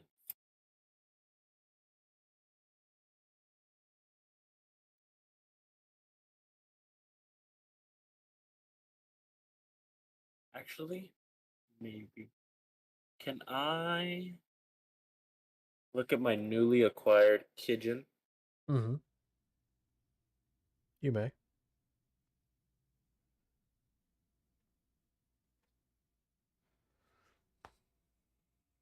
And I'm just gonna stare at it for a second.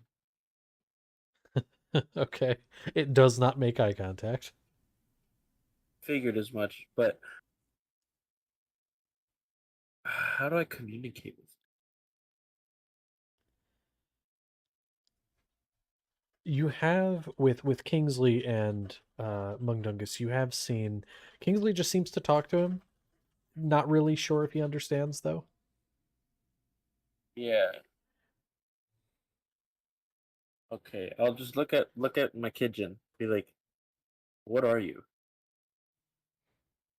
The tongue like just falls out of the mouth. It just like hanging out of the mouth. There's no response. Lovely. Man, if only. If only.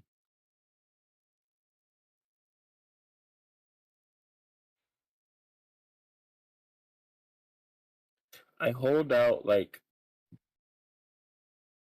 I have a tie on me. What I have? Sorry, say again. You got a bit muffled for me. Oh no, I was just trying to figure out what could I give it to see like how it would react to.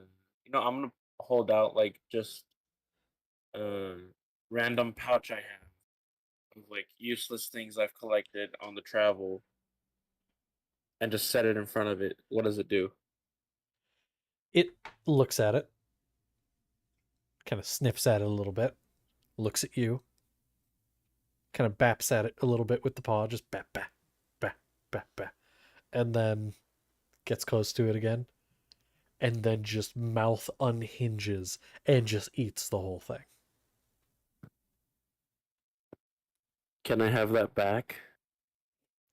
Looks at you, looks at the ground where it was, kind of pats where it was with its paw, like just hitting the ground. Looks at you, makes like the most distress noise you've ever heard. I cast silence immediately. It's not like a super like loud or like anything noise like that. Oh, okay, It's cool. more so just like if you I don't know if you have a cat or know someone who has a cat, but it just kind of goes like Yes. meow. It just sounds Yeah. really sad. You want to trade? The What do I eyes get have that I huge and can? looks at you when you say that. So this is how you work. Cool. I mean, that one was pretty useless. Can't. No, that's excessive. What were you gonna do? So Do I have two or do I have one? No, you I know, have one. Never mind. one thing that you know is that with Mundungus requires cherry pie, and pretty much only that, from what you've heard, in order to retrieve things. You don't know what this thing requires. Could be food, could be something else. You haven't figured it out yet, but you can definitely try things. Yeah, I'll just be experimenting, like just trading random things, seeing what he takes, what he doesn't take. Like I'll give him my bag of holding, set that in front, be like trade. If he trades it, great. And then I'll like, okay, what else would he take? That sort of thing. I will say, so bag of holding does not seem to have an interest. In fact, seems to actively avoid that. Um, I figured as much. but name a couple other things you try. Like what are just a uh, couple other things you might try? a weapon of mine. Just the light crossbow. I just put it in front of it. The light crossbow seems more interested than the bag of holding or anything else. Seems interested in weapons of some kind, but doesn't want the light crossbow. My hammer. What kind of hammer is it? It's a war hammer. It's a warhammer. Seems more interested in the warhammer, so melee weapon of some kind, but doesn't want the warhammer, but does seem to want a melee weapon. And you do recall there is an armory on board. I do. I grab them and I just take off, like just full sprint down the hallway, taking left, taking right, however I got to get there to get to the armory. Are you I'm not even rushing being from the subtle armory? about it. I'm just like rushing through. Perfect. And so you rush through, running past people. Most people are in bed by now, but your feet do across the metal, eventually reaching the armory, stopping right in front of it. It is open, and there are again weapons of all types. No firearms in there, but like most weapons that you could think of are in there. So do you start testing different weapons? Yep. I'll start with the smallest, like a dagger, and then I'll just slowly go up. Honestly, you don't even have to go very far. Dagger. You hold out a dagger, immediately just grabs it, swallows it whole, and then starts to hack and hacks up your bag. Presentation on it, so it's not like covered in whatever. Oh yeah, it's a bit gross. There's a little bit of Yeah, hair, I you just think? And so you just gotta clean that up a bit. clean that up real quick. Okay. You now have your bag of things back, now freshly cleaned, and it seems while Mundungus likes cherry pie, your Kijin, whatever you choose to name it, is a fan of daggers, which, from what you heard about murder and murderous intent, that tracks. I look at it and I ask it, if I need you to, could you expel that at an intense velocity? It kind of looks at you, and it kind of hacks a little bit. Hacks. Nothing comes out, and it just kind of like dry heaves for a minute before stopping, looking at you, and it just looks at you. Gotcha. Gotcha. You want a short sword? Looks at the short sword, looks at you, looks at the short sword, does not seem interested. It has found its meal of choice. A dagger. I'm just gonna start collecting daggers. Yeah. Okay. Start collecting them, and you have. I'll say there are probably, not counting the one it just ate, there are like 5 daggers remaining. So you collect them. How many? Sorry. There are still in this room. There are 5 daggers. I'll take 2 of them. 2 of them. Okay. So I have 3 total. Perfect. And so you now have some extra daggers. Which, as you grab them, it just starts, this Kijin starts just watching you, its mouth drooling a little bit as you grab them. Just like, oh. Okay. You have a dagger loving manslaughter cat. Enjoy. Okay. So, we're going to be wrapping up here soon. I do want to ask, though, so, Maldet, was there anything else you wanted to do before bed this night? Who's driving? Right now it'd be Joseph. He was driving for a bit, took a break, got a rest in, and then hopped back on the wheel. That's kind of been the routine thus far, is he drives, someone else gets on, and then he pops I up. want to learn how to use the big toy. I'm watching him how he does it. Okay. It's basically like driving a car. You don't know what that means, but for your reference I as have player, some semblance. yeah, as player, that's basically what it is. There is a couple different kind pedals. There's a wheel. There's a few levers and buttons here and there, which he kind of, you see him press and they do things. So you kind of have an idea of how it works. I should definitely be in charge of this thing. Definitely. Of course. But yeah, Melda, that is who is currently driving. And Zernus is up there as well. Zernus is up there? Yeah, Zernus is up there with Joseph currently. Just chilling.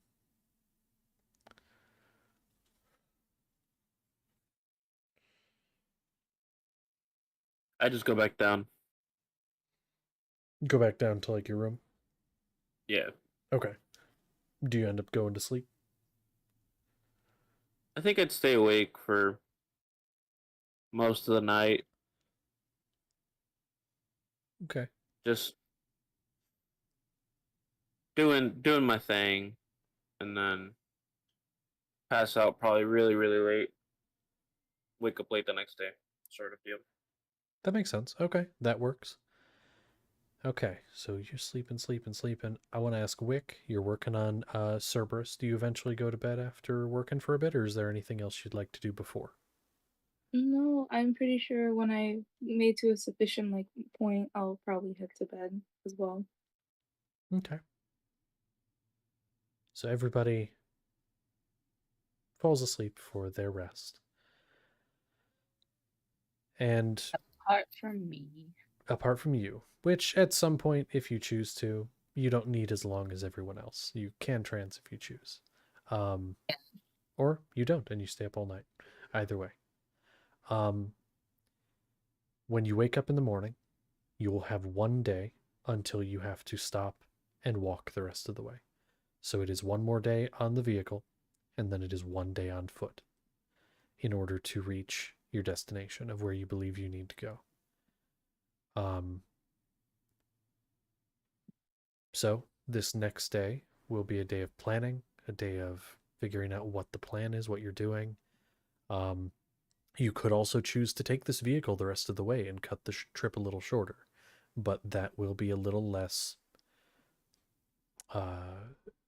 You'll be a little more noticeable if you do that. So we'll start off next session with you telling me what your plan is, how you want to approach this, and we'll go from there.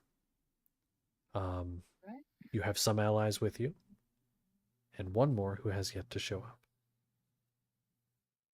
So we'll start off next session with all of that. But for now, that is the end of the episode.